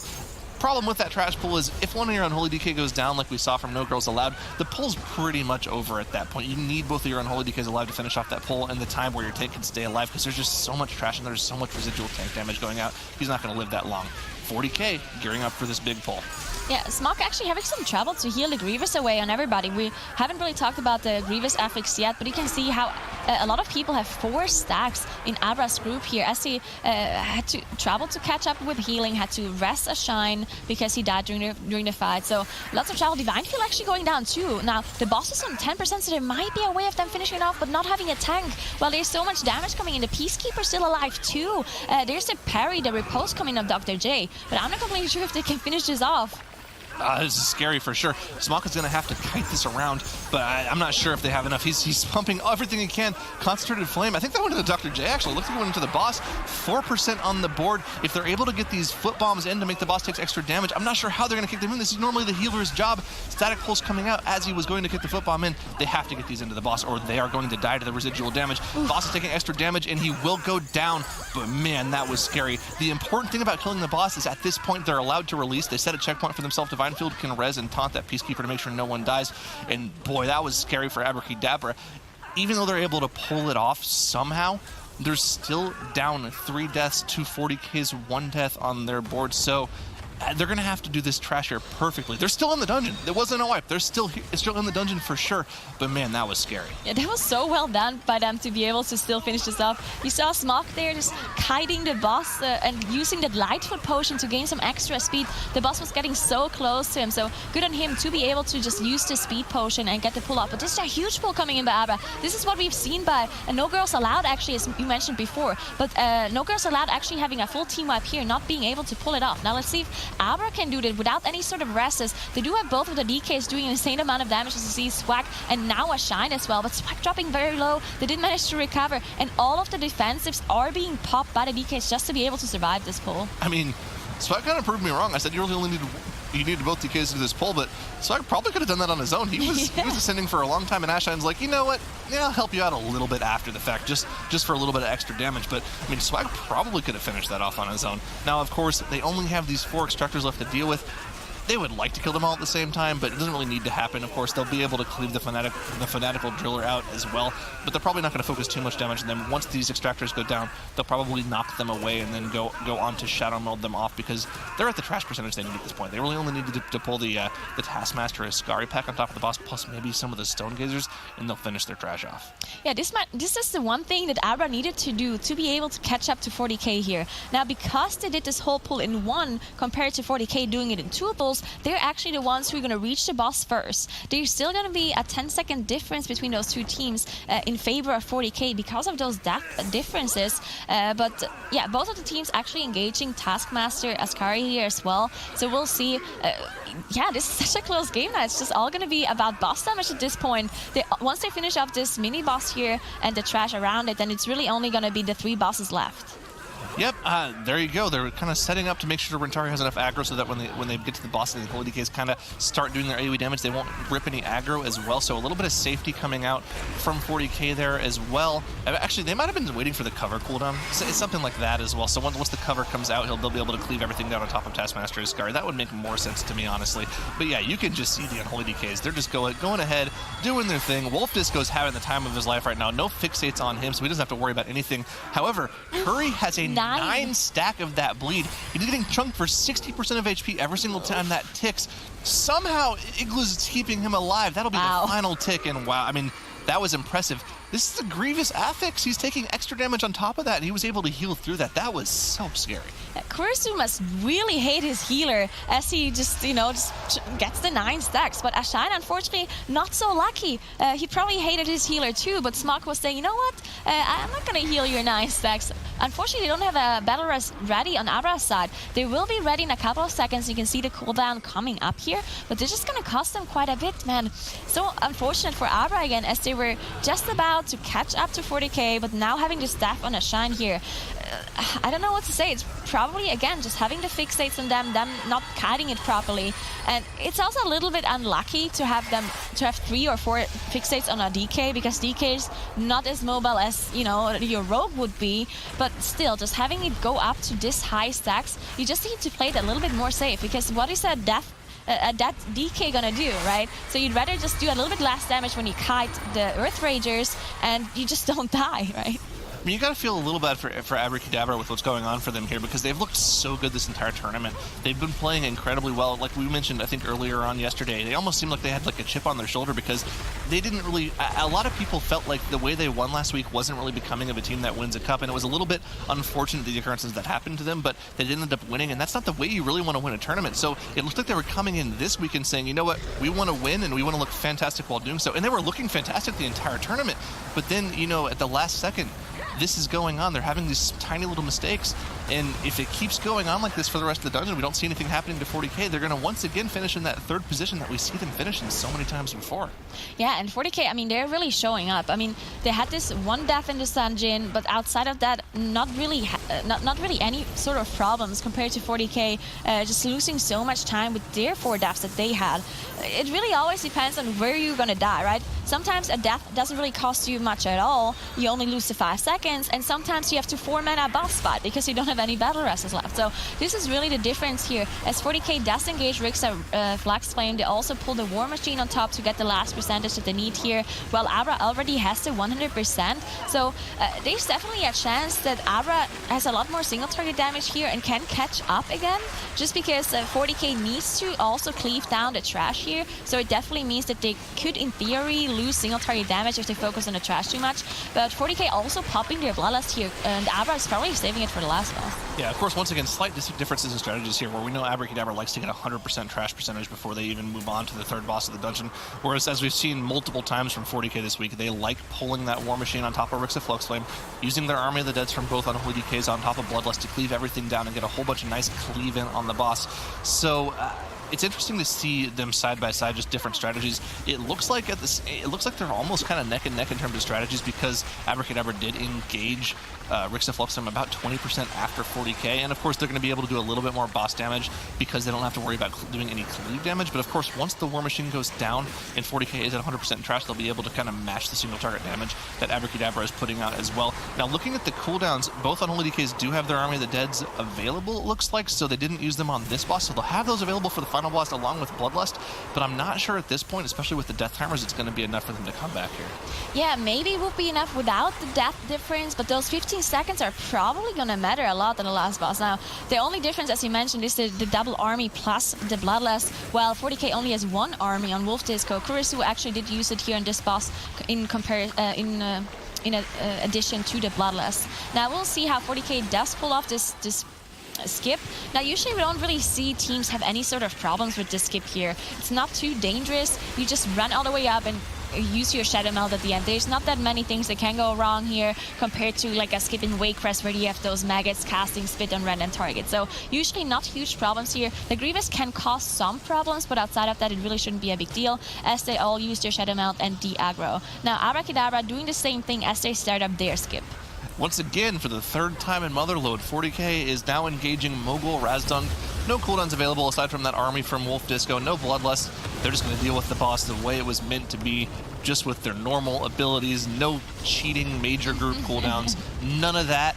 But Mogul Razdunk, we're going to have to see, because this is a fortified instance, how much of a difference the double army plus the Bloodlust is going to make for them. They have to not only catch up this extra 30% behind the boss they are, but they also have to finish the dungeon 15 seconds faster than Fourty K. And we've seen Fourty K deal with this boss 3 times. They've had no mistakes. The other 2 times we saw them do it, and I'm assuming in their 15-54 run that they had in time trials, they probably didn't have any mistakes there either. So I don't really see Fourty K having any problems on this boss. Yeah, there's the Bloodlust being popped and the double army come out of Abrakeydabra. You can see the health of the boss melting, but not as fast as Fourty K. Unfortunately, they're not able to catch up, as Fourty K got the boss to intermission already, and Abra is just now getting it. So they definitely caught up, but not enough. As you mentioned, they not only do they have to overcome Fourty K, but they need to be 15 seconds ahead. So I think it's just too little too late for Abra here. And there's no way to speed up this intermission phase either, because the fixate from the boss is just on a set timer. So there's no way of you to do this any faster compared to Fourty K. The only way would be to do the second phase faster and do more damage to the boss. But at this point, there's no cooldowns left. There's no way they can, with the same setup running as well, that they can just catch up on the damage there. I mean, credit where credit's due. That was pretty impressive that they engaged the boss when Fourty K was at 70%, and they entered the intermission at almost the exact same time. If the death counters were at the same point and both teams had the same amount of deaths, this would be really impressive, really neck and neck. But the fact of the matter is both teams are running the same exact comp. Both teams have the same damage output available to them at this point, and there's really not a whole lot that Abrakeydabra can do to set themselves apart. I mean, Fourty K even got out of the intermission faster than Abrakeydabra did. There's no way they're going to come up with a 15-second lead at this point unless they somehow figured out a way to hack the game and do double damage for the rest of the fight. I mean, there's a possibility. It's Dr. J after all. He does know how to do lots of damage. But either way, Fourty K is already at 90% and really doesn't look like they're having any sort of problems at all. And Fourty K, you really gotta say, I mean, they stepped up in this cup. We were talking about them saying that they don't really show up anymore like we are used to seeing them from the spring season. And the summer season, not really showing up in the first 2 cups. But now when it really matters and they really want to secure their BlizzCon spot, they're finishing off the boss here and they're winning against Abra 2-1. Fourty K Shot here's done, Zyro. See you next week. I agree. Yeah, of course, I'm interested. 40K, yeah, I was going to say, I'm interested to see if they do the same strategy we saw from them in the literal first round we saw them, this match, Method and 40K. Yeah, they're going for this probably double honor guard pull on the right side, which is just so abnormal. The thing is, what we saw from them in that first match is they weren't that far behind Method A in their strategy. They may just have a little bit small inconsistencies in their strategy, but if they play better, maybe they can catch up. Yeah, I mean, maybe, but this is a really scary pull. Honor guards have a lot of health. They have to spend a bunch of time killing the totem in front of that honor guard to make sure that it doesn't spam heal through everything. Now, the power of Unholy, though, on this side, especially on 40K side, just dominates this. But now you're left over with a hugely bolstered honor guard. Kuri immediately flopping over. I mean, that honor guard is constantly pulsing AoE damage. Look how much it's chunking the team. The same thing happened in the first round. It's deja vu all over again. Curry went down in the first round, too. The exact same thing happened. So I'm assuming Method is just going to win. It's all going to be the same thing. Can we just go to the second match now? I mean, if you're going to do that pull, I think you got to do it Abra style. You got to do it without the honor guards. Those honor guards are so nasty, and if you accidentally bolster them, it's just trouble. Method and A, no surprise here, going up the same side, dealing with the Colossus pull, and we already see, I believe, yep, JB is up on that flower pot on the side, just making sure that he doesn't get any of those charges from the Juggernauts team, locking down the Confessor, and of course the Augur. You don't want that fiery enchant going off. Now, key here is, as we've seen before, you got to kill the Colossus at least at the same time, because every time one of the trolls dies, not only does it bolster its Zyro, but it gets that 10% damage buff. And I believe it also heals it too. It goes for it tries not anymore. Not anymore. They took that out. It used to lay on hands, essentially. Yeah, that okay. With bolstering, that's a wipe. But yeah, it doesn't do that anymore. It used to heal to full back then, but yeah, it doesn't do that anymore. Fortunately for these teams, but it looks like it is getting the bolsters off. But they are able to kill it off at low HP. None of those bolsters was too effective. And Method and 8 dealing with the pull relatively cleanly in the grand scheme of things. I like to see them do that without the snap. It just goes to show they have a level of control in their pulls where they're so confident in being able to do that without the snap that they don't even need to go for the change in strategy. I mean, I agree, but I still think there's no reason not to snap it. It just provides huge advantage to your healer, makes everything easier. All the mobs are immediately localized. There's no travel time, nothing. You can deal with the Enchanted Emissary better. But, I mean, if you don't need it, why use it, I suppose? Just like you're saying, especially they're playing kind of in their zone, in their comfort zone. They dominated this map last time yesterday against the exact same team, 40K. And like you mentioned, is basically deja vu. Exactly the same thing that happened yesterday. Corey death, everything. Full call first for 40K. Priestess Alunza's side first for Method NA is happening yet again as it looked down to rifle the rest of these very bolstered mobs. There is one honor guard in there with quite a lot of HP. I know that sliver of health looks very simple, but really that's a lot of health when you're 7 to 10 times bolstered over. Oh yeah, for sure. Love multiplicative scaling. It's great. That's why we see the Unholy DKs. They're doing it too with their damage values. So that's why bolstering is scary in general. Like, you know, one of those slivers of health could actually be a couple million HP that you have to chew through. So got to make sure teams are making sure they're doing bolstering perfectly.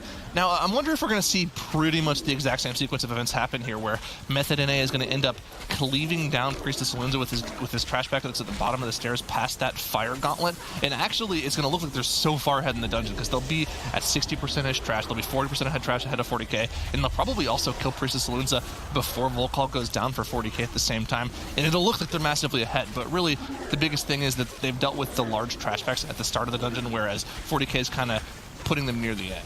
Indeed, this is yeah, you're absolutely right. A lot of the chunk of percentage trash that you get is something that Method NA already did, but we'll start to see how things develop after Razan dies. I believe both sides will be going for Razan next as their boss, and then they'll run up from that pit. Of course, Method NA will go towards Volcall, whereas 40K will go towards the same terrace that Method NA started on the left side, and then up to Priestess Alunza. Both bosses right now are bosses that kind of self-kill or self-harm. 40K here on 6% on Volcall, who is pulsing himself down with his own damage over time. Method NA essentially has killed Priestess Alunza outside of just performing the rest of the mechanics. No more damage needed on her, which is why they've pulled the trash, as you mentioned, down from the fire gauntlet on top of the boss, because once she casts her transfusion, as long as all players are covered in that red goop on the ground, they will reflect up to 25% of her damage back at her. She's well below that, so she will be dying at the next transfusion. Now, if I remember correctly, and I think I remember properly, this run's already going way better for 40K than the last time around. If I remember properly, Method NA actually killed Priestess Alunza off before 40K killed Volcall in the previous run, and that was because while they were pulling off their skip to Volcall, Rentari actually ended up getting hexed by one of the mobs that they were skipping. Couldn't hit his Shadow Melt, so he had to die and get res, so it cost them an extra 15-20 seconds there from the death timer plus the res timer, so they weren't able to pull Volcall as quickly as they liked. Because they pulled it off quickly this time, they're kind of, you know, they're a solid 20 seconds ahead of where they were last time, and based off of the times in the previous Atal'Dazar that we saw, this could end up being incredibly close, even though they're going with completely differing strategies. It will be close, but, you know, I mean, 40K is still not as clean as it should be, or as clean as it can be with that death early on. Cost them a bit of time, but they've killed the dangerous trash at the bottom of the Volcall stairs, consisting of the double Witch Doctors, Honor Guards, and, of course, the Stalkers, as they head down into Razan's pit as well. And based on where they are, they need to head all the way across, and they're trying their fastest to get Razan before he pats away from that corner. That's where they want to be tanking him, and they manage to grab it as Ratari taunts him in and brings him to the corner. Now, both teams are expected to see that there's a Skyscreamer. You can already see it on the side of Method NA. It is paralyzed there on the side by Lighty, making sure to keep that down there and not have it break. You don't want to bolster the boss, but they do that so that they can open up the Emissary of the Tides that lies between two Skyscreamers at the top of the stairs. And by doing so, they're able to kill that off and then combine the two Skyscreamers with the boss sire. Quite nice. Yeah, you don't really want to be pulling Skyscreamers while there's an Emissary of the Tide, because you don't want your group to get feared every 15 seconds. Not exactly the greatest scenario to be in.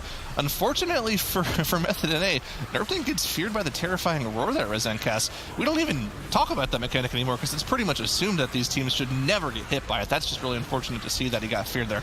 Fortunately, it doesn't end up going down to a melee in the back or anything, so not that big of a deal for them. That actually could have been a potentially huge deal. If the tank gets feared and gets feared up the stairs, it resets the boss. So that could have been disastrous, so they're really lucky. And I guess it was every other fear a warrior tank can Berserk Rage out of it, so it must have been between immunities that he'd used earlier. Either way, Razan here at 50%. Yeah, you can see there he just sat on top of the boss without hiding. So you can see Razan here now down below 50% for Method NA and 56% for 40K. So it's at 32% trash versus Method NA's 63. Now, we mentioned earlier that difference looks massive, but it's really not as big as you think, because a lot of burst trash percentage happens in front of Priestess Alunza. Yeah, I mean, there's like we said at the start of the dungeon, they have all that 30% of trash while they deal with the Colossus pull and the large Confessor pull right at the start of the dungeon. That's going to be like 33% trash by itself, and then of course you have the two large pulls on top of Priestess Alunza as well. Sorry, the pull before Priestess Alunza and then the pull on top of it while she's transfusing herself. So there's a lot of trash to be gotten there. 40K is going to pretty much finish the trash count off with all that trash. They might pull one or two Skyscreamers here at the end of Razan, but yeah, these teams, well, 40K, we kind of know what the trash percentage at this point. Method NA is going to be doing a lot of swords in the middle of dungeon, which is kind of what 40K is skipping with a lot of their routing. They only did the one or two sword packs on Volcall's side, so that's kind of one of the advantages to their strategy, I feel like. And looking at it, if you can deal with a double honor guard pull, I kind of like the routing. It just seems a little bit too dangerous for my liking. It is very dangerous, and I mean, it worked out mostly for them. They did, of course, have Curry go down early, but it mostly worked out for them this time. It is safer and simpler, at least, to play the swords, but I'm not sure, you know, it's still kind of high arguable in terms of high risk, high reward there, Zyra, in my opinion, at least for the honor guard side. It's very dangerous, but at least you do have one large clump of mobs that you put together and then cleave down, as opposed to constantly throwing swords into snap spots, which takes a bit of time for positioning. That's exactly what Method NA is doing here, as Nerf Tank already positions himself, pre-pops Avatar, and starts going at these swords. They actually don't end up sapping the Skyscreamer, so it looks like they're going to priority cleave off of it. Well, Tunnels was talking about this yesterday. Apparently, if you pull the swords in the exact right spot from the right direction, the Skyscreamer isn't actually social with the swords. So maybe they pulled that off yesterday and they didn't pull it off today, and instead of just full cleaving the swords down, they actually end up having to completely focus the Skyscreamer down. Not necessarily the perfect play from them, but they're able to, you know, adjust on the fly and not worry about bolstering the Skyscreamer. They didn't have that Skyscreamer yesterday for sure, but they're able to deal with it perfectly today. Just on the fly calls from Method NA, knowing that they don't have to deal with that, or knowing how to deal with that in that scenario, it's a good thing to see from them. Good thing to see. In 40K getting started on the left terrace here as you enter the dungeon, where we see Method NA, and typically most teams start the dungeon, so they're doing their pull up there. They don't have the comfort of Bloodlust, of course, this time, as we know that Igloo is already off to the side, the right side there, on top of the stair, making sure that he's avoiding any of those charges from the Juggernauts, preventing him from doing so. And this time they do a much better job of cleaving everything down together. Remember Zyro yesterday, they did a very poor job on the Juggernauts, and we had a very bolstered Juggernauts for a while because one of the mending words went off. So excellent job by them there as they get ready for their Colossus pull. Method NA already at the bottom of the stairs right now for Volcall. And what did you see there, Zyra? I loved seeing how they set that pull up. Lighty made sure he stayed in the middle of the platform there, and when they snapped all the trash to the tank there, he taunted the Skyscreamer back away from the snap spot, so it would snap back to him. He was able to paralyze it there, and then of course they also knocked it back away from the trash so it wouldn't get bolstered, because paralyze is an in-combat CC.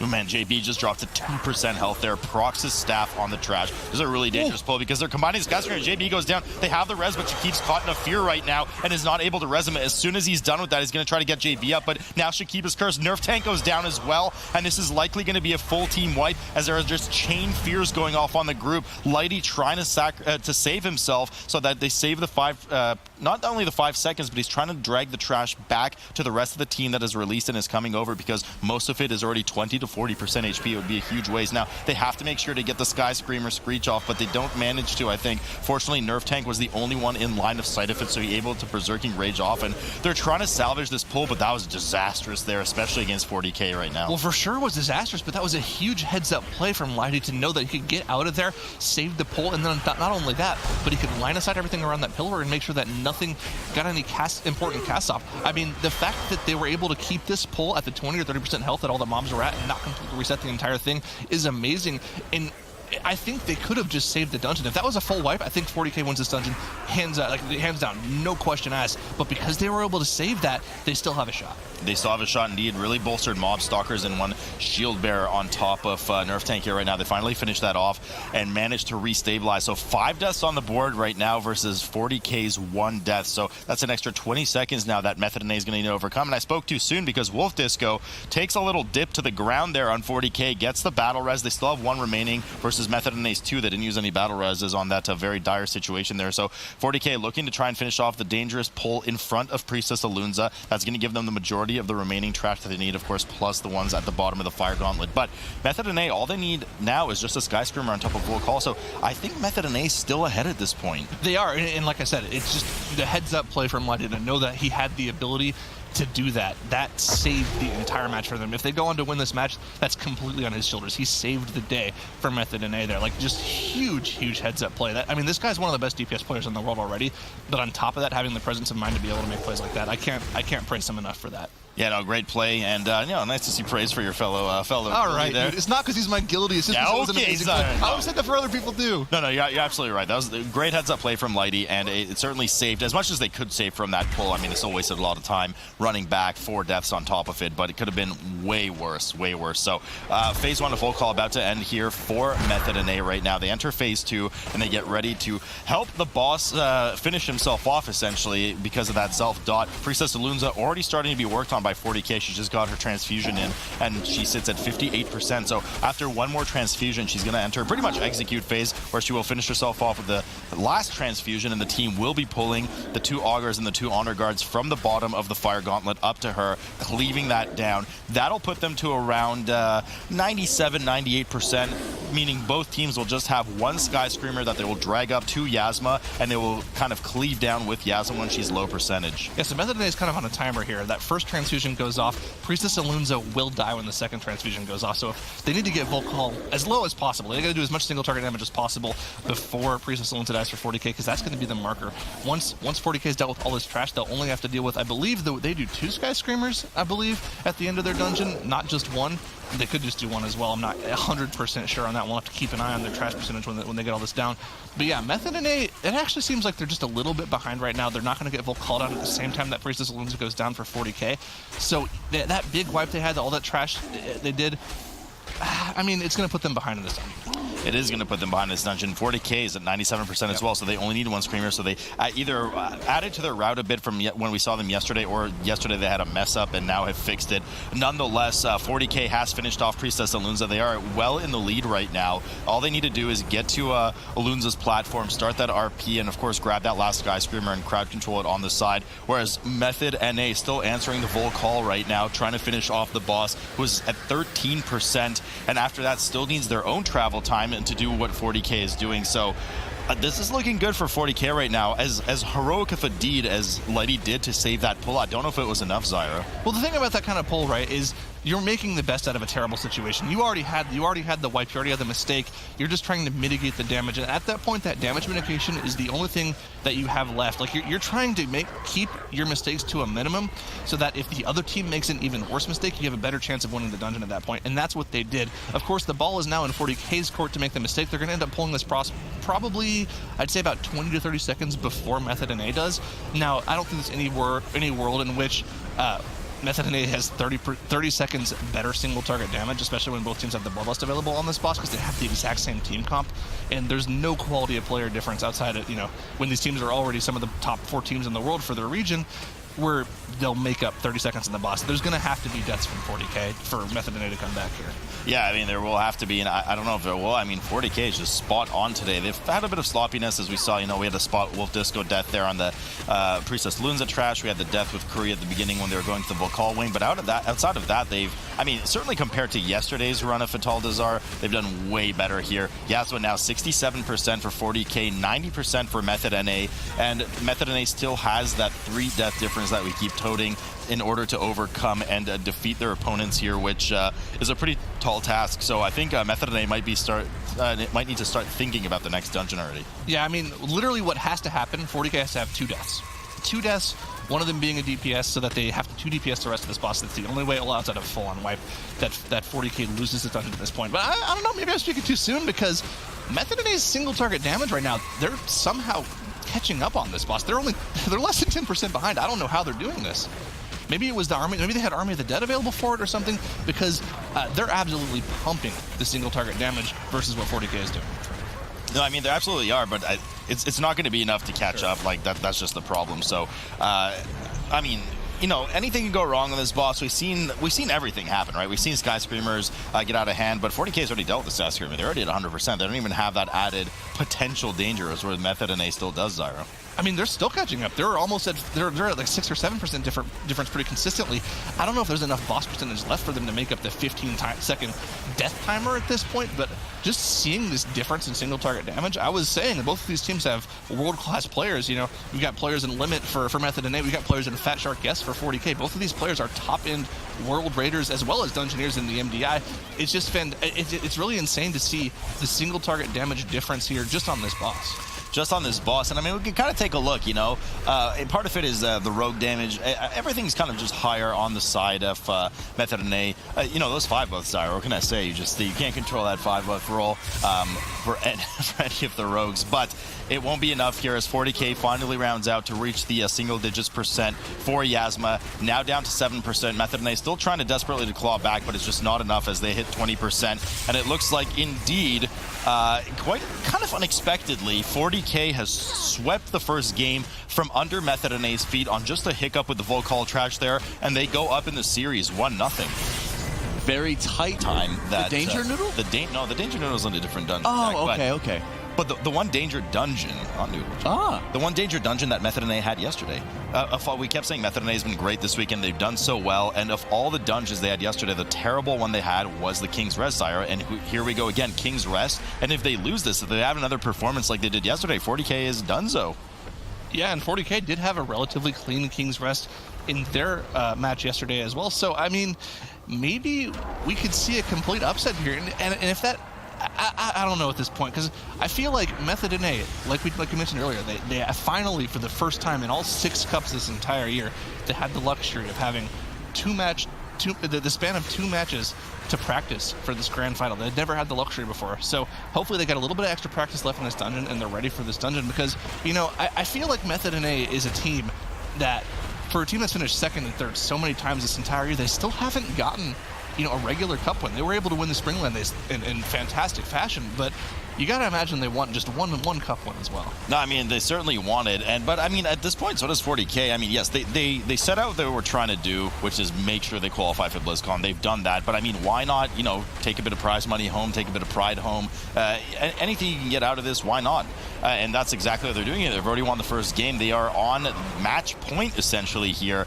Both teams popping their Bloodlust early with a very aggressive trash pull. And Zyra, in this dungeon, fortified especially with explosive, there's really, I would say, like 3 choke points that are very dangerous, and they all come from trash in this dungeon. I guess, it always goes without speaking, Shadow of Zul is one of them. But aside from that, we have the trash in the first boss's room, the bridge, and the Machimba trash. That's really all it is. So already one of the hardest parts of the dungeon, Method NA seem to have stabilized. Yeah, and something we haven't seen from either team yet is we haven't seen them deal with either of those animated Guardian pulls, so we'll have to keep an eye on how they plan on doing that. That's kind of the major play in this dungeon, is how you pull the Guardian, the constructs in this dungeon, so that you can skip some of those harder pulls later on in the dungeon. Of course, you always have to deal with Shadow Azul, but if you pull some of those early Guardians in this dungeon, you can skip a lot of the bridge trash that we keep talking about that's dangerous in this fortified setting. Yeah, I mean, very dangerous indeed, as Method and A looking to finish off the rest of the, I believe, about 7% trash that they have there. Same with Fourty K. Both teams have, of course, left the Emissary of Tides on the side there and are waiting for the Golden Serpent to spawn. They'll pull it on top of that and cleave it down. I wouldn't be shocked. I believe one of them, maybe it was even Method and A, does deal with some constructs on top of the boss, and then the other two in the gauntlet. We'll see what they do, but we know both teams want to do that. Now, important to note here that JB is running Mass Entangle, Mass Root. Igloo is running Typhoon. You need Mass Entangle to deal with the minions of Zul, the Smallies, at the beginning of the dungeon if you want to pull the other two constructs in the back on top of the gauntlet. On the flip side to that, we're in the explosive affix. So, getting a Mass Entangle on a bunch of Smallies in the doorway during the gauntlet and just allowing them to chain spawn explosives on top of you is also not the play. So I'm sure both of these teams know about this, so we'll see what they decide to do. Method and A has already decided to grab the first two constructs on top of the Emissary of Tides with the boss. Yeah, I mean, there's also a world if you can Mass Entangle them just far enough away, you can outrange the explosives. I believe it's a 60-yard range at the point where you can outrange the explosives. So you can I believe, Mass Entangle them at the very end of the hallway and then stand on the far side of the room away from the minions of Zelda where you wouldn't have to deal with the explosives.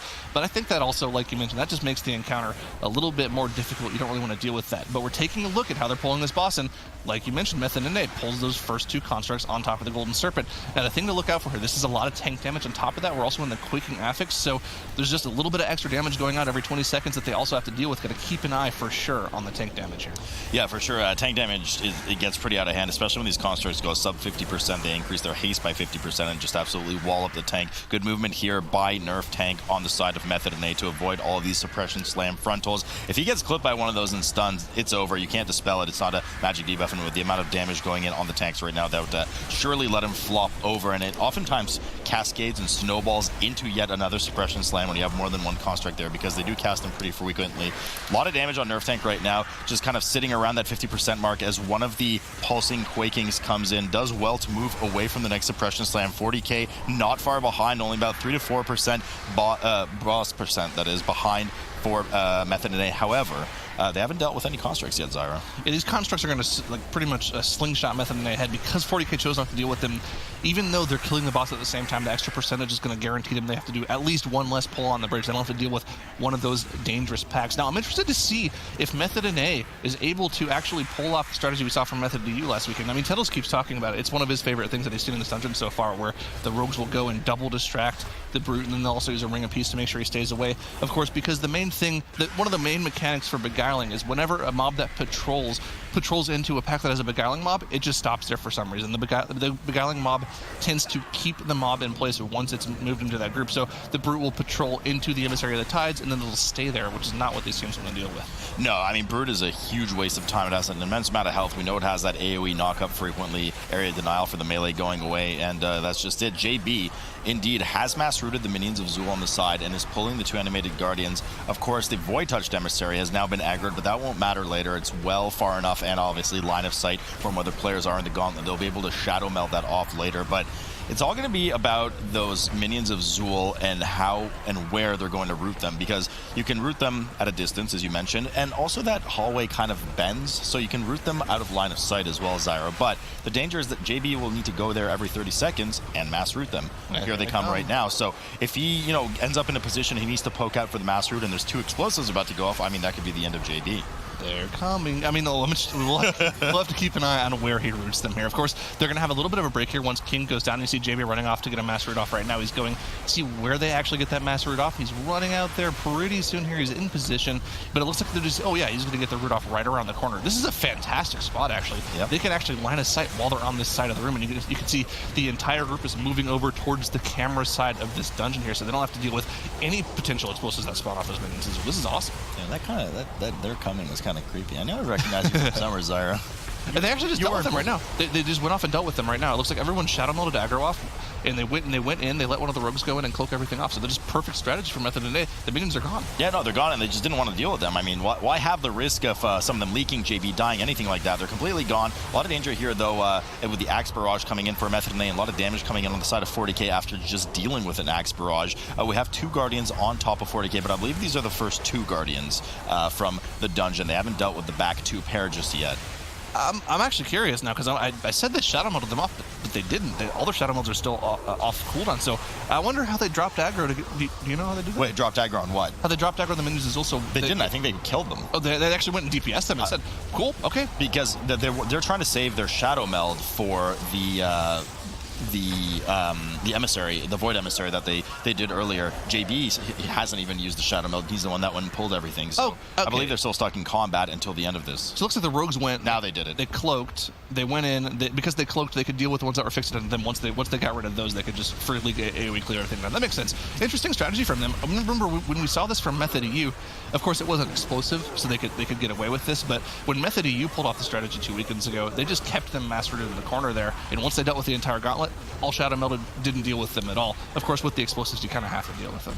Yeah, the weird thing is, between gauntlets, you get out of combat anyway, so why not just shadow meld between gauntlet? But I guess they have the constructs alive, so they need to finish those. If they shadow meld, of course, the constructs would have reset as well, and that's not what you want to see. 40K here dealing with the King and Queen combo on the side, the Shadow Bolt MC combo. That is the 3rd of 4th gauntlet trash that they need to deal with, something that Method NA is also on right now. But Method NA has quite the distinct advantage of the 7%, or I think it's 5%, or no, it's 40K. Well, the 2 constructs. The 2 extra constructs is really what it comes down to for Method NA. That will allow them to do a bit of extra skipping on that very dangerous bridge with the Berserkers. Looks like it's 6.5% or something like that, because they were 7% ahead before, now they're 6% ahead after dealing with that 1 gauntlet pack. So yeah, they've definitely got an advantage here in terms of trash, even though they're pretty much the same point in the dungeon, with 40K maybe pulling this trash back, I'd say about 10 seconds ahead of time. And it's interesting to mention something as well. 40K, they tried to do this strategy 2 weekends ago. They also went for the 4 Guardian strategy at the start of the dungeon, but they weren't ever able to pull it off, and they opted to just not do it this week on Explosive at all. No, yeah, not did it at all, and curious because it does add a pretty substantial advantage later on. I think you're going to finish, for Method NA at least, they're going to finish Machimba trash at around 72 or 73%, so that's 6.5% above the 66 that 40K is going to end up at. And I'm curious to see what it's going to allow them to skip. Certainly the Brood, I actually think both teams are really going to skip that Brood. They're very heads up about that, but 40K nonetheless finishes the Gauntlet first, and they start heading down towards Machimba's room, where they will deal with the Ooey Gooey Rich and Chewies. This room, particularly dangerous here, not just because of the fortified. I mean, the Gooeys don't really hit that hard, obviously, if you stand in the poison swirlies, but there's a ton of them, and the more you pull, the more explosives you're going to have. Well, the danger in this trash pack relies mostly on the affixes, right? Because by themselves, they're not that difficult. Everyone with the full melee comp can kind of stack together and slowly kite across the entire room. And we know from 40K, they like doing this like half and half strategy, where they deal with half the fluids at the same time and deal with one of the constructs, whereas usually most teams will deal with all of the Gooeys right away, and then they'll do the 2 constructs at the same time. And even some of the stronger teams will just do everything at the same time anyways without caring. But it looks like Method NA is going to go for the somewhat safer strategy of just doing the fluids first and then doing the constructs afterwards, or maybe just doing one of the constructs first. Yeah, all the fluids with just one construct first. This is just a super safe strategy. But the thing to mention here is the affixes. They got to deal with explosive orbs, and they've gotten really good luck so far, only 1 or 2 spawning. The thing that you really have to mention is that Rentari died over on the side of 40K. Resto Igloo got him up and only didn't manage to get the aggro. I mean, we know what happens when the tank dies in a pull of this size. You're not getting aggro on everything unless you're a monk that has a statue down and you AoE taunt, or you're a prop paladin and you have bubble taunt. That's it. So it's great that they res Rentari as a final ditch effort, but there's just no way that's happening. Everybody ended up dying after. Igloo died. No battle res available again, and the rest of the group died off. 5 deaths on the board for 40K. They bit off more than they could chew in that room, because as you were saying, Zara, as you were talking there, we saw them last time. They did a half and half pull, took it safe. This time they decided to go all in, go for the full pull. Clearly either something they didn't practice, whatever it was, it didn't work out for them, and now Method NA is way ahead in this dungeon. And now what I'm interested to see now is if Method's going to go all in on this trash percentage strategy, what you can do here is, as well as we see a lot from a lot of teams, once one of these constructs goes down, someone will go out and pull the purification construct that's guarding the bridge as well. And if you do that, you'll actually end up at 78% trash percentage. Come add that in with the 4% from Shadow Azul, you only have to get 18% of your trash on the bridge. That is quick maths, but I'm pretty sure it's right. It could be wrong too. But there's not a whole lot that you actually have to do on the bridge at that point, and it's super safe. We see almost every single time when teams do the 4 Guardians at the start, they end up pulling that purification construct. So I'd be curious to see them not do it here. I mean, you know, I'm also curious to see if they adapt anything based on the fact that 40K just had a full team wipe without killing anything in Machimba's trash room right now. They're still at 51% trash. Igloo just got back now, 6 deaths on the board. That's the full amount of deaths because, of course, Rentari was res and had died again. So one battle res down, full team wipe. Lighty goes down, though, on the side of MOTHERLOAD quite unexpectedly right now. So they look to battle him out, and JB immediately gets the battle res off. So they, too, are down 1 battle res. Still 1 battle res for either side. Each team remaining here, as MOTHERLOAD, as said earlier, is at 73% because of the quad constructs at the beginning, and they do commit their bloodlust to this. And part of it is they're maybe expecting to either get it back up again for Dazar, I'm assuming, or maybe even as early as Shadow of Zul, which is a huge danger in this dungeon. I don't think it'll be back up for Shadow of Zul unless they're like super slow with the bridge trash. And on top of that, this is just kind of a dangerous commitment for them as well, because we've seen so many teams throughout the entire year wipe to Berserkers. Even on when this dungeon was tyrannical, they'd wipe to the Berserker damage because of how dangerous those are. That bleed is unmitigated for the most part. In general, it's just a lot of damage on whoever it goes on. In MOTHERLOAD, they don't have that many stone forms. It looks like all they have is Shakib on the dwarf, so he's the only one that can really take care of that. They've also got the riposte from either rogue too. That's a little more difficult to deal with. So it's going to be interesting to see how they deal with those Berserkers coming up.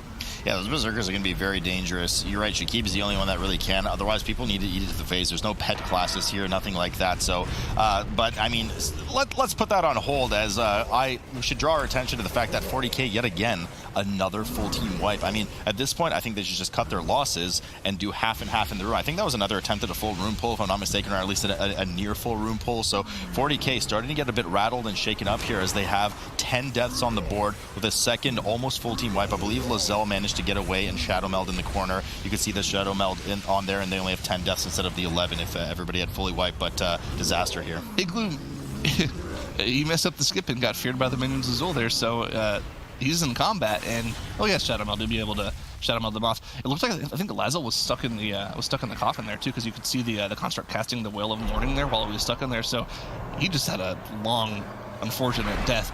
MOTHERLOAD, let's see how they plan on pulling this. They just stealth past everything. I mean, it looks like all of 40K's run is stuck in the coffin right now, because things are just not turning out well for them with Machimba. And you're right, they just stealth past everything. They're going to have to do a bit of back. We do know, actually, if I remember correctly, yesterday's Zyra, they not only backtracked, obviously, because they need to after this boss for trash, but they went beyond where the bridge spawns, and they had to do, they grabbed the pack with the Beastmaster and the 2 Raptors on top of it, which was beyond the Berserker, the Witch Doctor, and the Hex Priest. So they kind of do 2 extra packs, or earlier did 2 extra packs. I'm not sure how much of that they're going to actually need, but they skipped everything because they skipped the first pack with 2 Hex Priests and 1 Berserker. Did they do this exact same pull strategy yesterday? I think so. The council? I think so, and it turned out pretty disastrous for them. Okay, well, so the interesting thing about this is an incredibly safe strategy.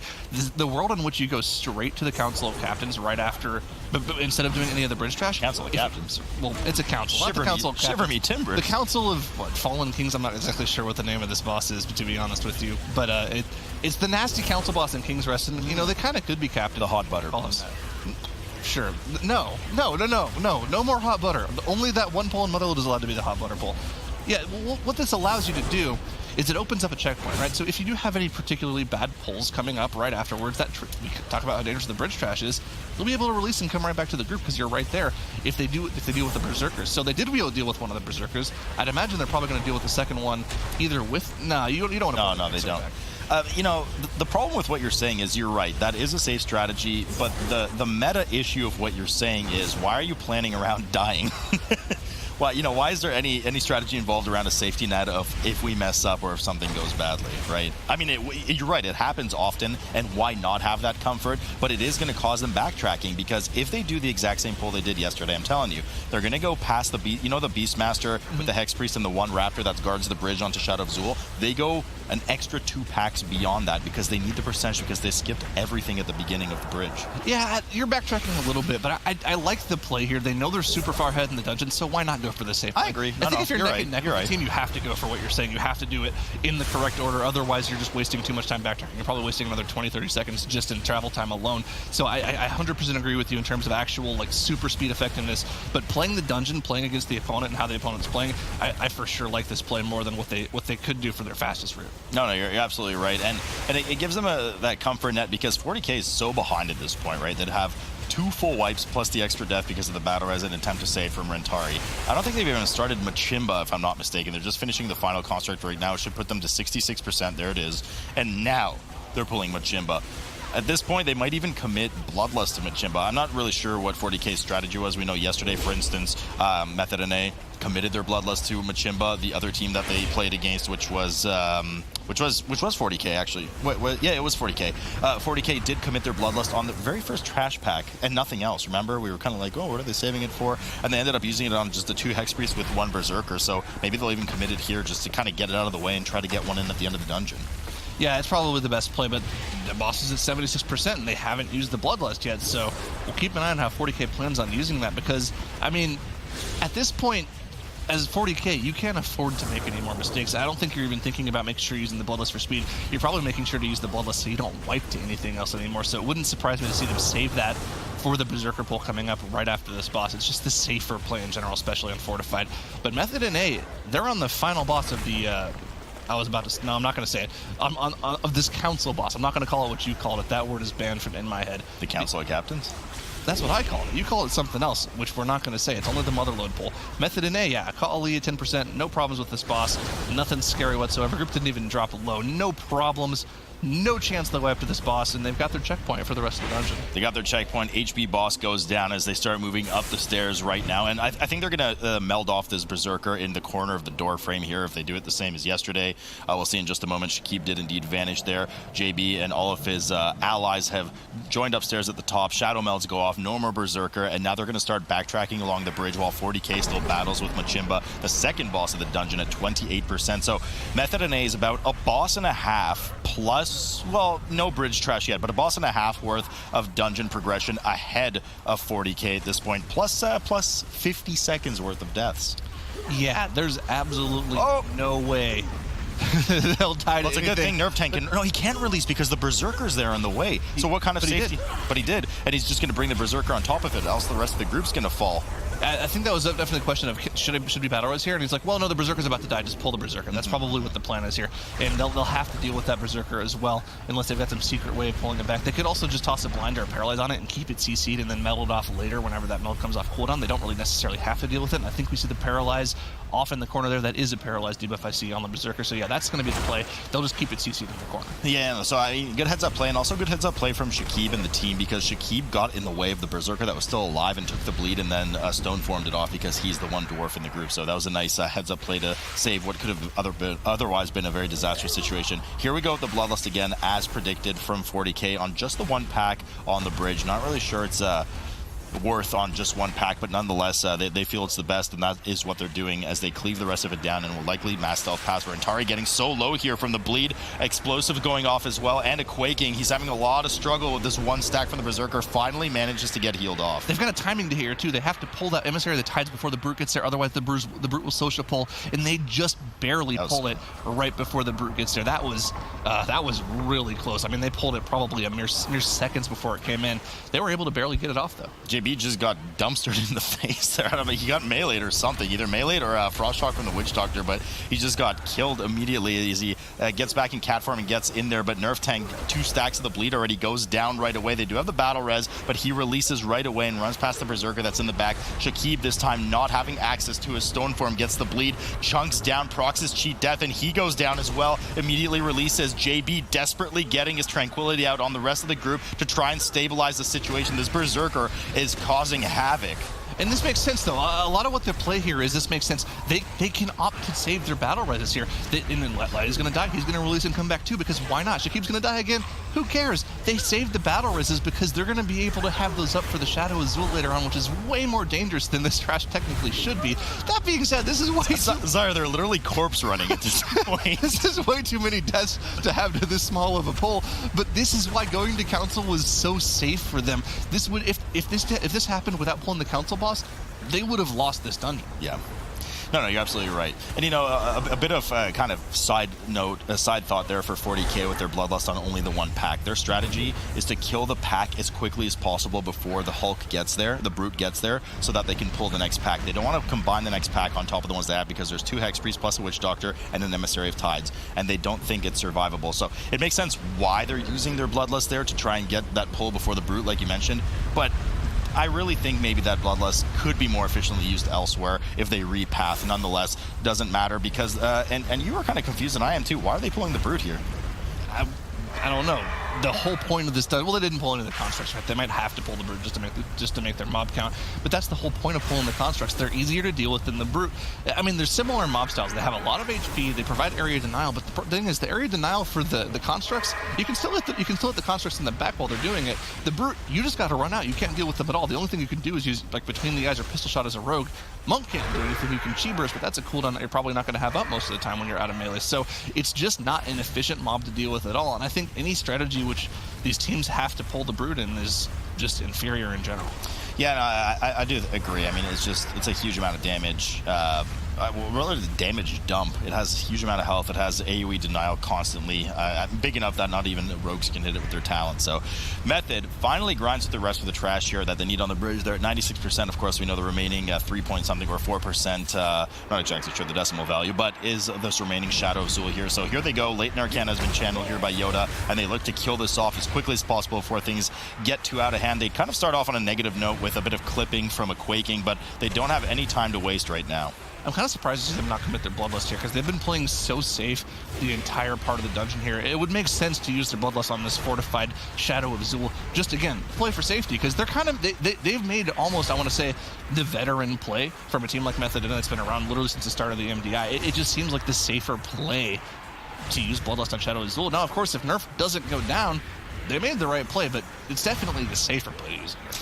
It's definitely the safer play, but defensives are kind of waning right now. Ironbark started with JB on Nerf tank there. He's used his shield wall now. Avatar is down. He doesn't have his spell reflect. He still has a bolster last stand, but bolster's not going to do anything really on Shadow of Zul. That's just mainly shadow barrage damage and quite heavy value of it. But last stand does go up as a final ditch effort, and it looks like it's going to be enough to cover the rest of this very dangerous mini boss's spell reflect comes up off that 25-second cooldown, and he's able to mitigate just enough of that damage for JB to pump enough regrowths in, and they'll be moving on to Atal'Dazar, the final boss of the dungeon, right past that Void Emissary. Yeah, I mean, props to them for being able to take down Shadow Zul with no tank deaths and no bloodlust. I mean, that's difficult to do. We saw Trell yesterday from No Girls Allowed, and plenty of other tanks. I don't want to call specifically Trell because a lot of tanks throughout these entire cups have died to that Shadow of Zul. He's the most recent one in memory. They used Bloodlust. They used every single cooldown in the book to live through that, and they weren't able to do it. And that was on a Brewmaster tank, which I believe, I mean, you can tell me for sure if it's the possibility. I believe it's more tanky than Warrior 2, that Shadow of Zul damage. So, I mean, nobody in general is tanky to it at all, but they're a little bit tanky, right? Then Warrior, yeah, I mean, it depends how much Ignore Pain you spam and how well you can purify, but I mean, they have more guaranteed translation of that damage than does a Warrior in terms of mitigation of spam IP. Yeah, I mean, well, the point is, he went down with Bloodlust in every single cooldown in the book, and they didn't use Bloodlust, and they kind of, I wouldn't say they had no problem, it's still incredibly scary, but the fact that they were able to save it for this boss, I mean, I feel like that's kind of just styling at this point. Like, you didn't need to do that. You had the safe play to make, and I mean, you can take a look at this. Method and A, even though they had kind of that corpse run like you're mentioning on the bridge, this is overall a relatively clean run. One small hiccup in the middle of the dungeon, but because Fourty K had 2 of those full-on team wipes, looks like Method A is going to be able to clean this up, take this series to a 1-1, and we're going to see it game 3 on Shrine of the Storm. Yeah, I mean, there's... Okay, I don't want to say there's no way they're going to lose this, but Bloodlust finally does come up as Atal'Dazar mounts Salah the Raptor for the 3rd phase of the encounter. They want to get that Raptor down as quickly as possible. Of course, all boss damage is transferred to the Raptor instead, and you get that AoE Fear for 2 seconds every 12 seconds or something like that. So you want to get rid of that danger, and once you enter the kind of final phase here, the boss phase 4, it's really quite hard to mess up, Zyro. I mean, it really is. You kind of have to stand on every single spear, which I don't think is even possible because they stun you in place. The amount of residual healing you do in between each spear as a healer, like, I don't think it's so difficult to die on this fight once you've dealt with the 2 Raptors. I mean, you'd have to stand still when the boss targets you with Quaking Loop, which will one-shot you, but you need to have the battle roses available. There's no way they wipe through this boss.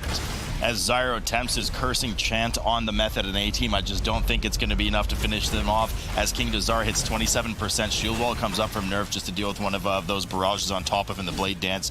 And 40K still exactly halfway through the 3 council boss earlier in the dungeon. They're halfway through the 2nd boss, Danazal, so they have their work cut out for them. They're done with the trash already. I mean, you know, that's good. So their pathing is fine except for the beginning there, but really what was detrimental was just the double wipe. That kind of sealed the deal there, Zyro. Yep, and of course, important to mention while the dungeon's finishing for Method NA, they do have 100% trash count. Shadow of Azul does give that 4%. That doesn't, unfortunately, give trash count on the tournament realm. So a lot of dangerous tank damage and deaths early on in this dungeon. So hopefully the tanks are prepared for that kind of incoming damage from those water blasts. Rentari aggressively running down both tanks almost simultaneously, getting on that brazier on the side and getting all of those spiritualists and attendants stacked up nice and tight. Shockwave coming in from Rentari right now, trying to mitigate a lot of that caster damage coming in. They have to make sure to interrupt those mending rapids, Zyro. Those are the important ones for the healing, so that means the tank will eat extra damage because there's just not enough interrupts to go around for water blast, and Rentari respects that and runs away when he dips down to 20%, gets a rallying cry in desperation to make sure he doesn't fall over. He hits him with the see you later and gets out of there, and you can just see the residual damage going out on the side of Method NA. Lighty goes down. There's going to be a full wipe. Looks like those heals go through, and the thing about Raging is once you get sub 30%, you keep the Raging Affix, even if you get healed back to full. They let the Mending Rapids get through, the entire group gets healed. That's going to be a full team wipe for Method NA right off the bat. You know, I had a work acquaintance named Jack once that said that this Affix wasn't particularly dangerous, but it was, as it completely wiped the team. You said it wasn't dangerous this week. The entire team wipes down, and Method NA having a full team wipe here, 5 deaths on the board, and Fourty K, 0 deaths, already spawning Akusir at the bottom, so already on the back pedal here, Zara, but there's still a lot that can go wrong in this dungeon. Yeah, absolutely. I mean, we saw this from No Girls Allowed earlier in the tournament. They had a wipe at the very start of the dungeon, but they were able to actually catch up and kind of... I don't remember if they won the dungeon particularly, but they were able to catch up and look great for the rest of the dungeon. This is a long dungeon. We're talking 22 to 26 minutes just based off of time trial times alone. There's a lot of room for mistakes, especially on Raging. A lot of this trash is incredibly difficult. I mean, even this pull right here that you see on Aquasphere, this is dangerous. If too many things rage at the same time, they could go down to the cast again. Yeah, they could go down to the cast, and part of the issue with Method NA side is, you know, they're running the double unholy because they're trying to burst down these scary pulls, and, you know, we kept joking today, and part of it is true. The unholy DK AoE burst damage is so powerful that it can just kind of void a lot of the mechanics that would otherwise be dangerous for the tank, and you know, just the kind of tank throughput that's needed and survivability time that's needed is shaved down substantially by those unholy DKs. However, when you have Raging Water Blast hitting you for double damage that already truck the tank horribly, you can't just burst them down 30% that far. The tank is going to get hit a few times, and then Mending Rapids, as you said, went off too, so a bit of mismanagement there with interrupts, and that's all it took. I don't think we've seen Shroud of the Storm from Method NA this weekend. No, we haven't. I looked at that earlier, too. We haven't seen a double Unholy DK comp in here, and it's probably going to sound, like Deja Vu. I don't want to hear it from you, Zach. But are they going to one-phase with the double Army of the Dead and Bloodlust? Do they have a shot, do you think? I mean, you got to imagine they're thinking about doing it. I mean, probably. That might actually be part of the strategy late in the dungeon. The problem is they're already on the back foot, so, way too early in the dungeon to predict now, but at this rate, technically 40 K should take the match. They're in the lead, etc., so Method NA might not even get to prove that they can one-phase that. What was the lowest we saw? I think the lowest we saw was earlier today, and it was 9% or 11%? 11%. 11%, so that's still a ways off on a tyrannical boss. 11% on the final boss is a pretty juicy amount, as Bloodlust finally comes up from Method NA here on top of Akusir, so a bit of advantage for them in order to try and catch up. Nerf Tank getting absolutely chunked, though, from 100 to 30 right now. Gets immediately healed up by JB. They don't want to have another repeat issue that they did at the beginning of the dungeon. On top of that, they do have their battle res. They didn't use it earlier, so should that, kind of spiral out of control, they do have that ability to get the tank up, but probably not what they want to do, and there's a bunch of trash coming in.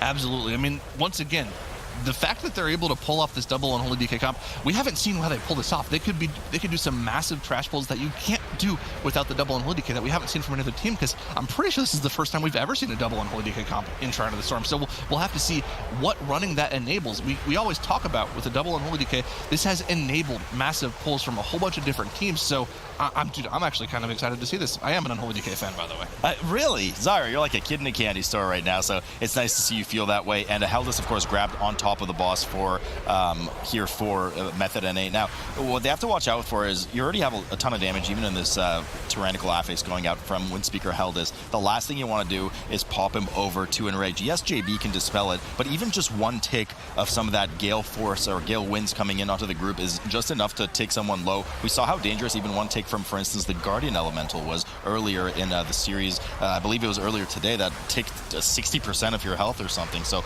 don't want that to happen. 40 40K here, downing AccuSeer, sitting at 29% trash, so above Method and Ace 25%, but they still have Heldis in there. Won't be the 4% difference, but certainly we get them in that direction, as AccuSeer is only now getting the transition phase. And of course, Method and A, 5 deaths on the board, so that's an extra 25 seconds they're going to need to overcome by. Yeah, I mean, obviously the thing to look forward here is, even though they're so far behind right now, they're probably a solid minute and a half behind, I have to say, if you count the deaths plus the boss timer on the board, maybe even 2 minutes behind.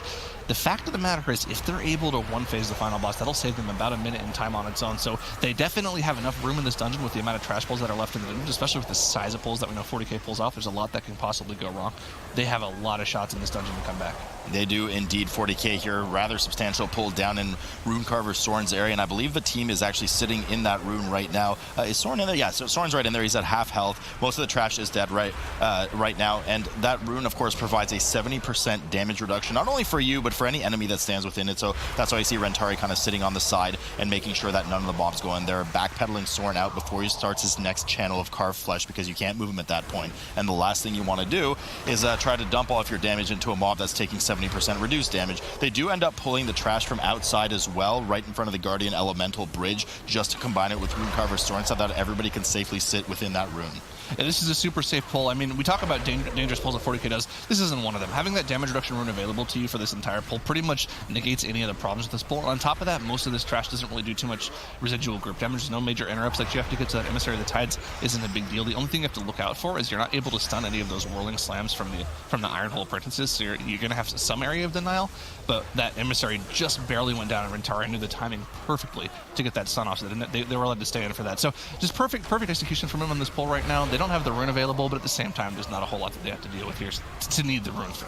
No, I mean, just a couple of enrages, and Igloo, of course, can soothe one of them on that 10-second cooldown now. I'm not sure exactly if they're going to deal with the Guardian Elemental. We've seen it go either way for teams this week with the current affixes on the 18, but it looks like Rentari's getting ready to skip it as he grabs it off to the side, immediately heroic leaps and tries to hide around the corner of the bridge there, and they do the pull perfectly. Now, I was actually scared a bit for a second because the patrol was coming right past the bridge when they did it, but no problem for them as they pull a pretty substantial pull here along with the patrol and some of the initiates in there. Aggressive pull, a lot of cooldowns being used just to make sure they survive it, but the attention is going to need to be paid to the Raging. Yeah, it's important to mention here for the side of Method and A, they are so practiced here. They saved their damage for when everything was outside of the rune. Unfortunately, Shakib did go down there, but it looked like, well, he did get a lot of his damage off, unfortunately. But most of the trash is dead. They just have to make sure they get rid of this Raging on some of these mobs. It's a little unfortunate. They did have the battle res available, but a lot of his damage is gone. A lot of his cooldowns are gone. Yeah, and you know, Nerf's kind of put in an awkward situation here. He too would like to be standing in that rune for 70% DR, especially with all these enraged mobs, but he can't if some of them are already kind of peeking inside the rune themselves. So he has to run out in a very dangerous scenario with a lot of these enraged mobs, manages to do so well, and you know, avert any crisis that the pull might have provided after Shakib had gotten down. They have 0 battle reses available for another 2 minutes or so, as 40K has already started on Brother Ironhull and Gale Caller Faye, doing the nice safe strategy up on the ledge. I'd love to see this from teams. It's really just pressure on the tank. There's only 2 things you mainly have to watch out for as the tank in this encounter, while everybody pretty much zombie DPSs and heals for the most part. You have to move Brother Ironhull to the side so you can bait his rune on the ground, so it's not in the safe corner where you're standing as the tank. Rentari eats the frontal, and that's the second thing I was going to say. Make sure you don't frontal the group. Other than that, you're safe to just kind of pop up as the tank and DPS, and nobody else has to worry about anything. Yep, I mean, it's great to see this. This is one of the things that we criticized, I believe, No Girls Allowed for. They never went with the strategy, and it seems like it's just the better strategy in general to deal with. Now, of course, I don't know if I like the strategy that 40K is going with now in terms of pure, efficient boss cleave. I like the strategy of, you know, single targeting Gale Caller Faye down with a little bit of residual cleave, and then you can pull trash on top of Ironhull, so you don't have to deal with this movement and the frontal slams too much on the group. It just makes it a little bit easier to deal with. But, you know, I can't really find fault in either way. I think in the long run, they're about the same as long as you deal with either of the strategies perfectly. I just feel like single targeting Gale Caller Faye down is a little bit easier to deal with. Yeah, I mean, easier to deal with, but less efficient for the boss cleave. But, you know, it's an interesting topic of discussion. Is it more efficient to cleave the bosses together or kill Gale Caller Faye earlier, not have her 25% haste rune for the rest of the encounter, but then pull 1 or 2 enforcers on top of it? However, speaking of Enforcers, 40K is already at 64% trash. I don't even know if they need any of the trash leading up to their bridge skip, so that's probably a consideration for them, and that's why they're opting to do the equivalent cleave. Method and a really aggressive pull here on top of Galecaller Faye and Brother Ironhall. They've already moved past the bridge, did the perfect skip on the Elemental, and they know they need to do something crazy to catch up. I'm not sure if this is part of what they practice, but it probably is with the double Unholy DK, and that's exactly what they're planning on as they do a mass amount of damage, but get the mobs right in raging, and you could see Nerf Tank trying to be as careful as possible, kiting away from all these heavy enraged mobs right now. Last thing you need here is a tank death. Yeah, absolutely. See the Soothe coming out on that last Ironhole apprentice, so they're not going to have any problems anymore from any of those trash. And you can just see, once again, the double Unholy DK, the massive amount of damage they're able to do when you pull trash on top of the boss. These bosses are already 30% done if you look at the residual health between them, so there's just so much damage coming out. I wonder if they're going to gear up to pull even more trash on top of these. It wouldn't surprise me if they did. I'm not sure what they'd pull. They'd have to go for an Enforcer trash pack or something, so probably not, but that was awesome to see. Why even pull more? They're at 64%, same as 40K. In fact, they're about to get a bit more from the final initiate pack, so they're good to go right now. Galecaller Faye, about 20% lower than Brother Ironhall. After dealing with all of that trash, they safely jump up on the ledge and do the same strategy that 40K did. That was really awesome to see from them, and that also caught them up a fair bit. Now, they still have a lot to go. They still have 30 seconds of death counter to deal with, and they still have to kill this boss. That's about 55% average between the two of them, so 40K indeed did not need any more trash. They run right past all the Ritualists, the Enforcers, and of course the Depth Bringers with the Lashers in that room that I don't think we've ever seen anybody deal with in the history of the MDI this year. So Shadow Meld on the bridge, and they get ready for the double Tentai Yayako pull. No, moving on, doing the bridge trash, because they're at 64%, they have to deal with the entire bridge pack, not just these two packs that we see from a lot of teams. When you get to about 70% trash percentage, they have to deal with all three, if I'm not mistaken, so we'll have to see them pull that extra trash pack, and they'll have to deal with the Enchanted Storm's Emissary as well. I mean, these trash packs are difficult, especially on Raging. Any caster pack, you don't have enough interrupts to deal with everything. On top of that, mental assaults. If you get stunned by that frontal, it's a stun, it's a massive amount of damage. Probably a one-shot in that Raging range, if I had to guess. So there's a lot going on here, but they deal with it with no problem. It is tyrannical, so the trash doesn't have too much HP to deal with. You know, you'd be surprised. The Mental Assault doesn't do as much damage as you think. Oh, well, okay, with Raging, I don't think it would one-shot the tank. It's really the danger of the 4 or 5 second stun that comes with it, with everything else wailing on you. You certainly don't want that to happen, but 40K here has moved well past that, has tagged the Enchanted Emissary on the side. Easy for them. We can see the Ursula's Vortex down for Igloo right now, making sure that doesn't join them and that nobody cleaves themselves as Igloo runs off to the side to spam some more Moonfires on top of it and make sure that it does not reach the rest of the group. That is now interrupting the Depthbringer, the only really dangerous mob in this pack of 4 here. I'm interested to see if Method and A can pull off doing the triple bridge pull with the double Unholy DK. It would make sense. I mean, that's something that I could see the double Unholy DK enabling in terms of, what we were talking about earlier. That's something that would make a lot of sense. I'd love to see them be able to pull that off. And on top of that, they know they're behind right now. You can watch the stream. You can see where the other team is. They know that they're a solid 2 minutes behind right now based on death timers. Actually, 2.5 minutes behind looking at the boss kills. They didn't really catch up that as much as I thought they would there, unfortunately. Probably because of the Shakib death in that tunnel, unfortunately. So they need to pull off something huge to have any chance of coming. Probably 2 things. They need to pull off 2 huge things to come out of the dungeon. And of all, one of them could be one phasing the boss. We'll have to see at the end. But, of all the teams, with this kind of mini meta surging up of double Unholy DK, it seems like Method and A, at least this weekend, has gone all in more than any other team with this double Unholy DK play. And it's really paid off. I mean, by far, they were the most aggressive and well-practiced in pulling, let's say, Kragmaw's room and Underrot. You remember that? They pulled 90% of the room or something, way more than the other double Unholy DK comps that we've seen. So it's something that they're probably playing around. We're going to see right now, indeed, Zyra, if they end up pulling the entire bridge. But they need to do it, and they need to do it quick, because 40K has already started on Lord Stormsong here, is dropping rapidly, now down to 90% in this tyrannical environment. 40K already at 86% trash as well. Is the third pack coming in? I don't see it coming in on the side there. It is. They've got all... do it? I don't think I don't think I see 4 coming in. It looks like they just have the normal double pack. No, there they are. There it is. This is all 3 packs. This is what they have the double Unholy DK for. Can they pull this off? This seems incredibly dangerous to do, but Lighty's absolutely popping off, and Shakib hasn't even made an appearance yet. He's doing 60k. Maybe they don't even need his cooldowns for this pack. Well, he's not there he goes. Well, now he's dead, and JB is also dead. They don't have a battle res for him. Shakib took the battle res. This is not good. They don't have any healing left. No, they don't have any healing left, and all those mobs are enraged right now, and that's going to be all she wrote as another full team wipe, +1 because of the battle res goes down for MOTHERLOAD. Good intentions, for sure. That was a very substantial pull. If they were able to pull it off, that was step 1 of 2 that they would have needed to catch up to 40K. But 40K sitting pretty here with Lord Stormsong about to hit 50% HP as another Spell Reflect comes up from Rentari. And at this point, this has got to be a breath of relief for them. Whatever crazy, dangerous pull they thought they had lined up for Volzith at the end of the dungeon, I don't think they even need to do anymore. They can just play it safe and finish it up. Well, MOTHERLOAD just popped both of their Army of the Deads on this Shrine Templar. I think that's I think they know. Very clear sign that they know that this is pretty much out of their hands at this point. Somehow, I hate to say it, but we've seen so many teams falter at the end of this dungeon. We even saw from Abrakeydabra in the first cup where their healer died on the final boss, and it cost them 4 minutes, and it cost them the match and eventually the tournament against Method EU. So 40K, the nerves, you got to not let the moment pass you over here. This is your chance to show that you really deserve to go to BlizzCon. That those last 2 cups, those were a hiccup and a fantastic run that they've made in this final tournament. Absolutely. 40K, this is the team that we kind of wanted to see the entire season coming out of them, and they only, they rose up to the occasion when it was kind of borderline dangerous that they're maybe not even going to BlizzCon anymore. But not only did they rise up to that occasion, meet it, and finish it, but they actually went well beyond it and are now aiming to win and finish off this tournament as Lord Stormsong falls over here. They kill him off. 86% trash still for them, as they will have the remainder that they need in, of course, in Volzith's room here. Now, the one bummer about all of this is we get 2 more deaths here for MOTHERLOAD. Not sure where they came from. I didn't catch it, but I think it was the DKs.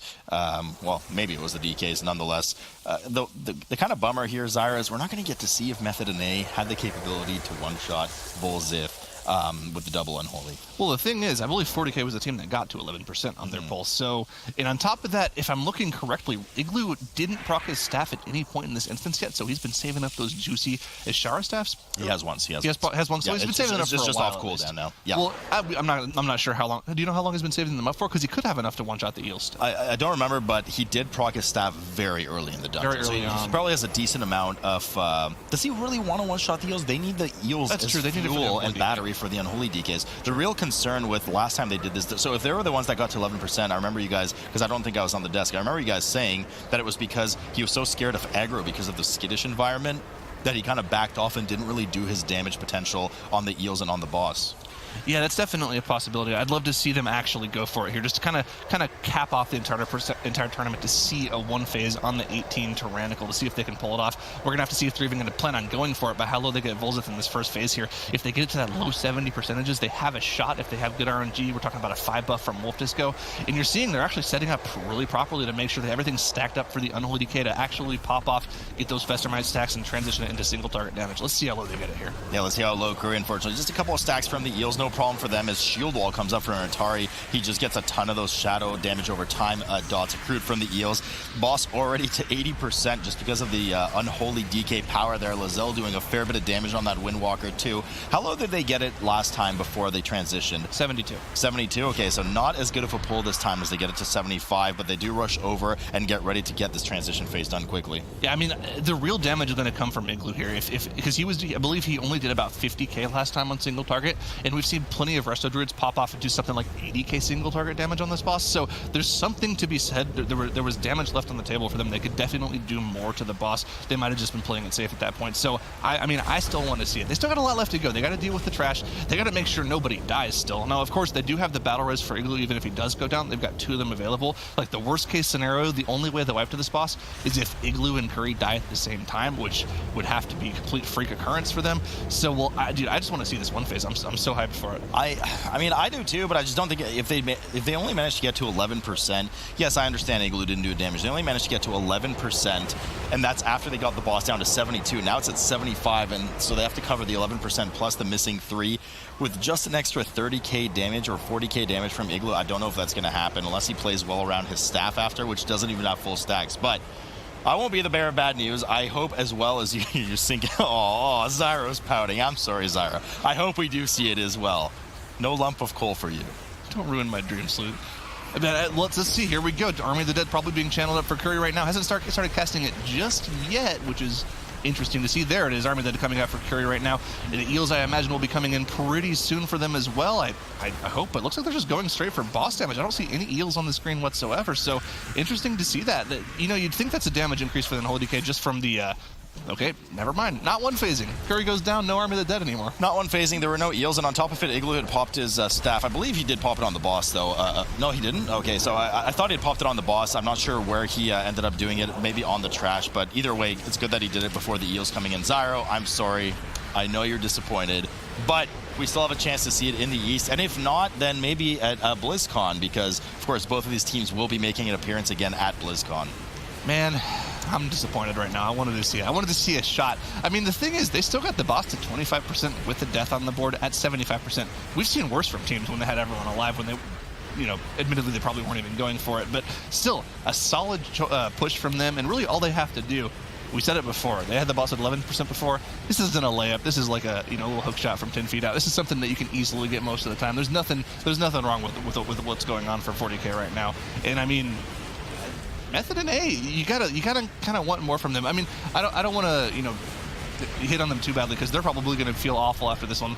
Not getting a cup the entire tournament after winning Sydney is pretty rough, but they're still going to make it to BlizzCon. They're going to have a chance to make up for it, so we'll be able to see more from them later. But, you know, this is all 40K right now. I mean, they will be the official defending season champs at BlizzCon, so they still have that big title from Sydney under their belt right now. But yeah, certainly not the performance you want to see coming in from them, and I know they're going to beat themselves up more than anyone would about this loss. And, you know, it's just kind of weird because they had some really stellar dungeons, and there's these past two dungeons, the past three dungeons really didn't work out for them. I know they won the King's Rest, but it was under kind of sloppy conditions, the same performance that we saw in the King's Rest yesterday. And this dungeon, man, just did not work out for them. The raging was just too much for them to handle with those ambitious pulls. It's great that they're using the double Unholy DK for pulls of that size, but, I mean, you can't...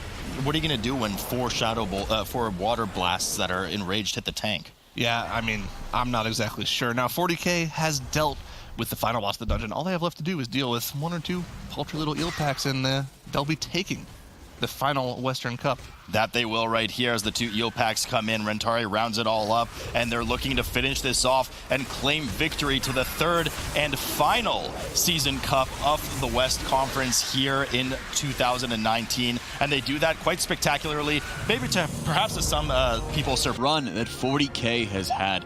Getting 2-0'd by Method NA at the very start in those upper quarters, dropping down, and then making a full run of the tournament.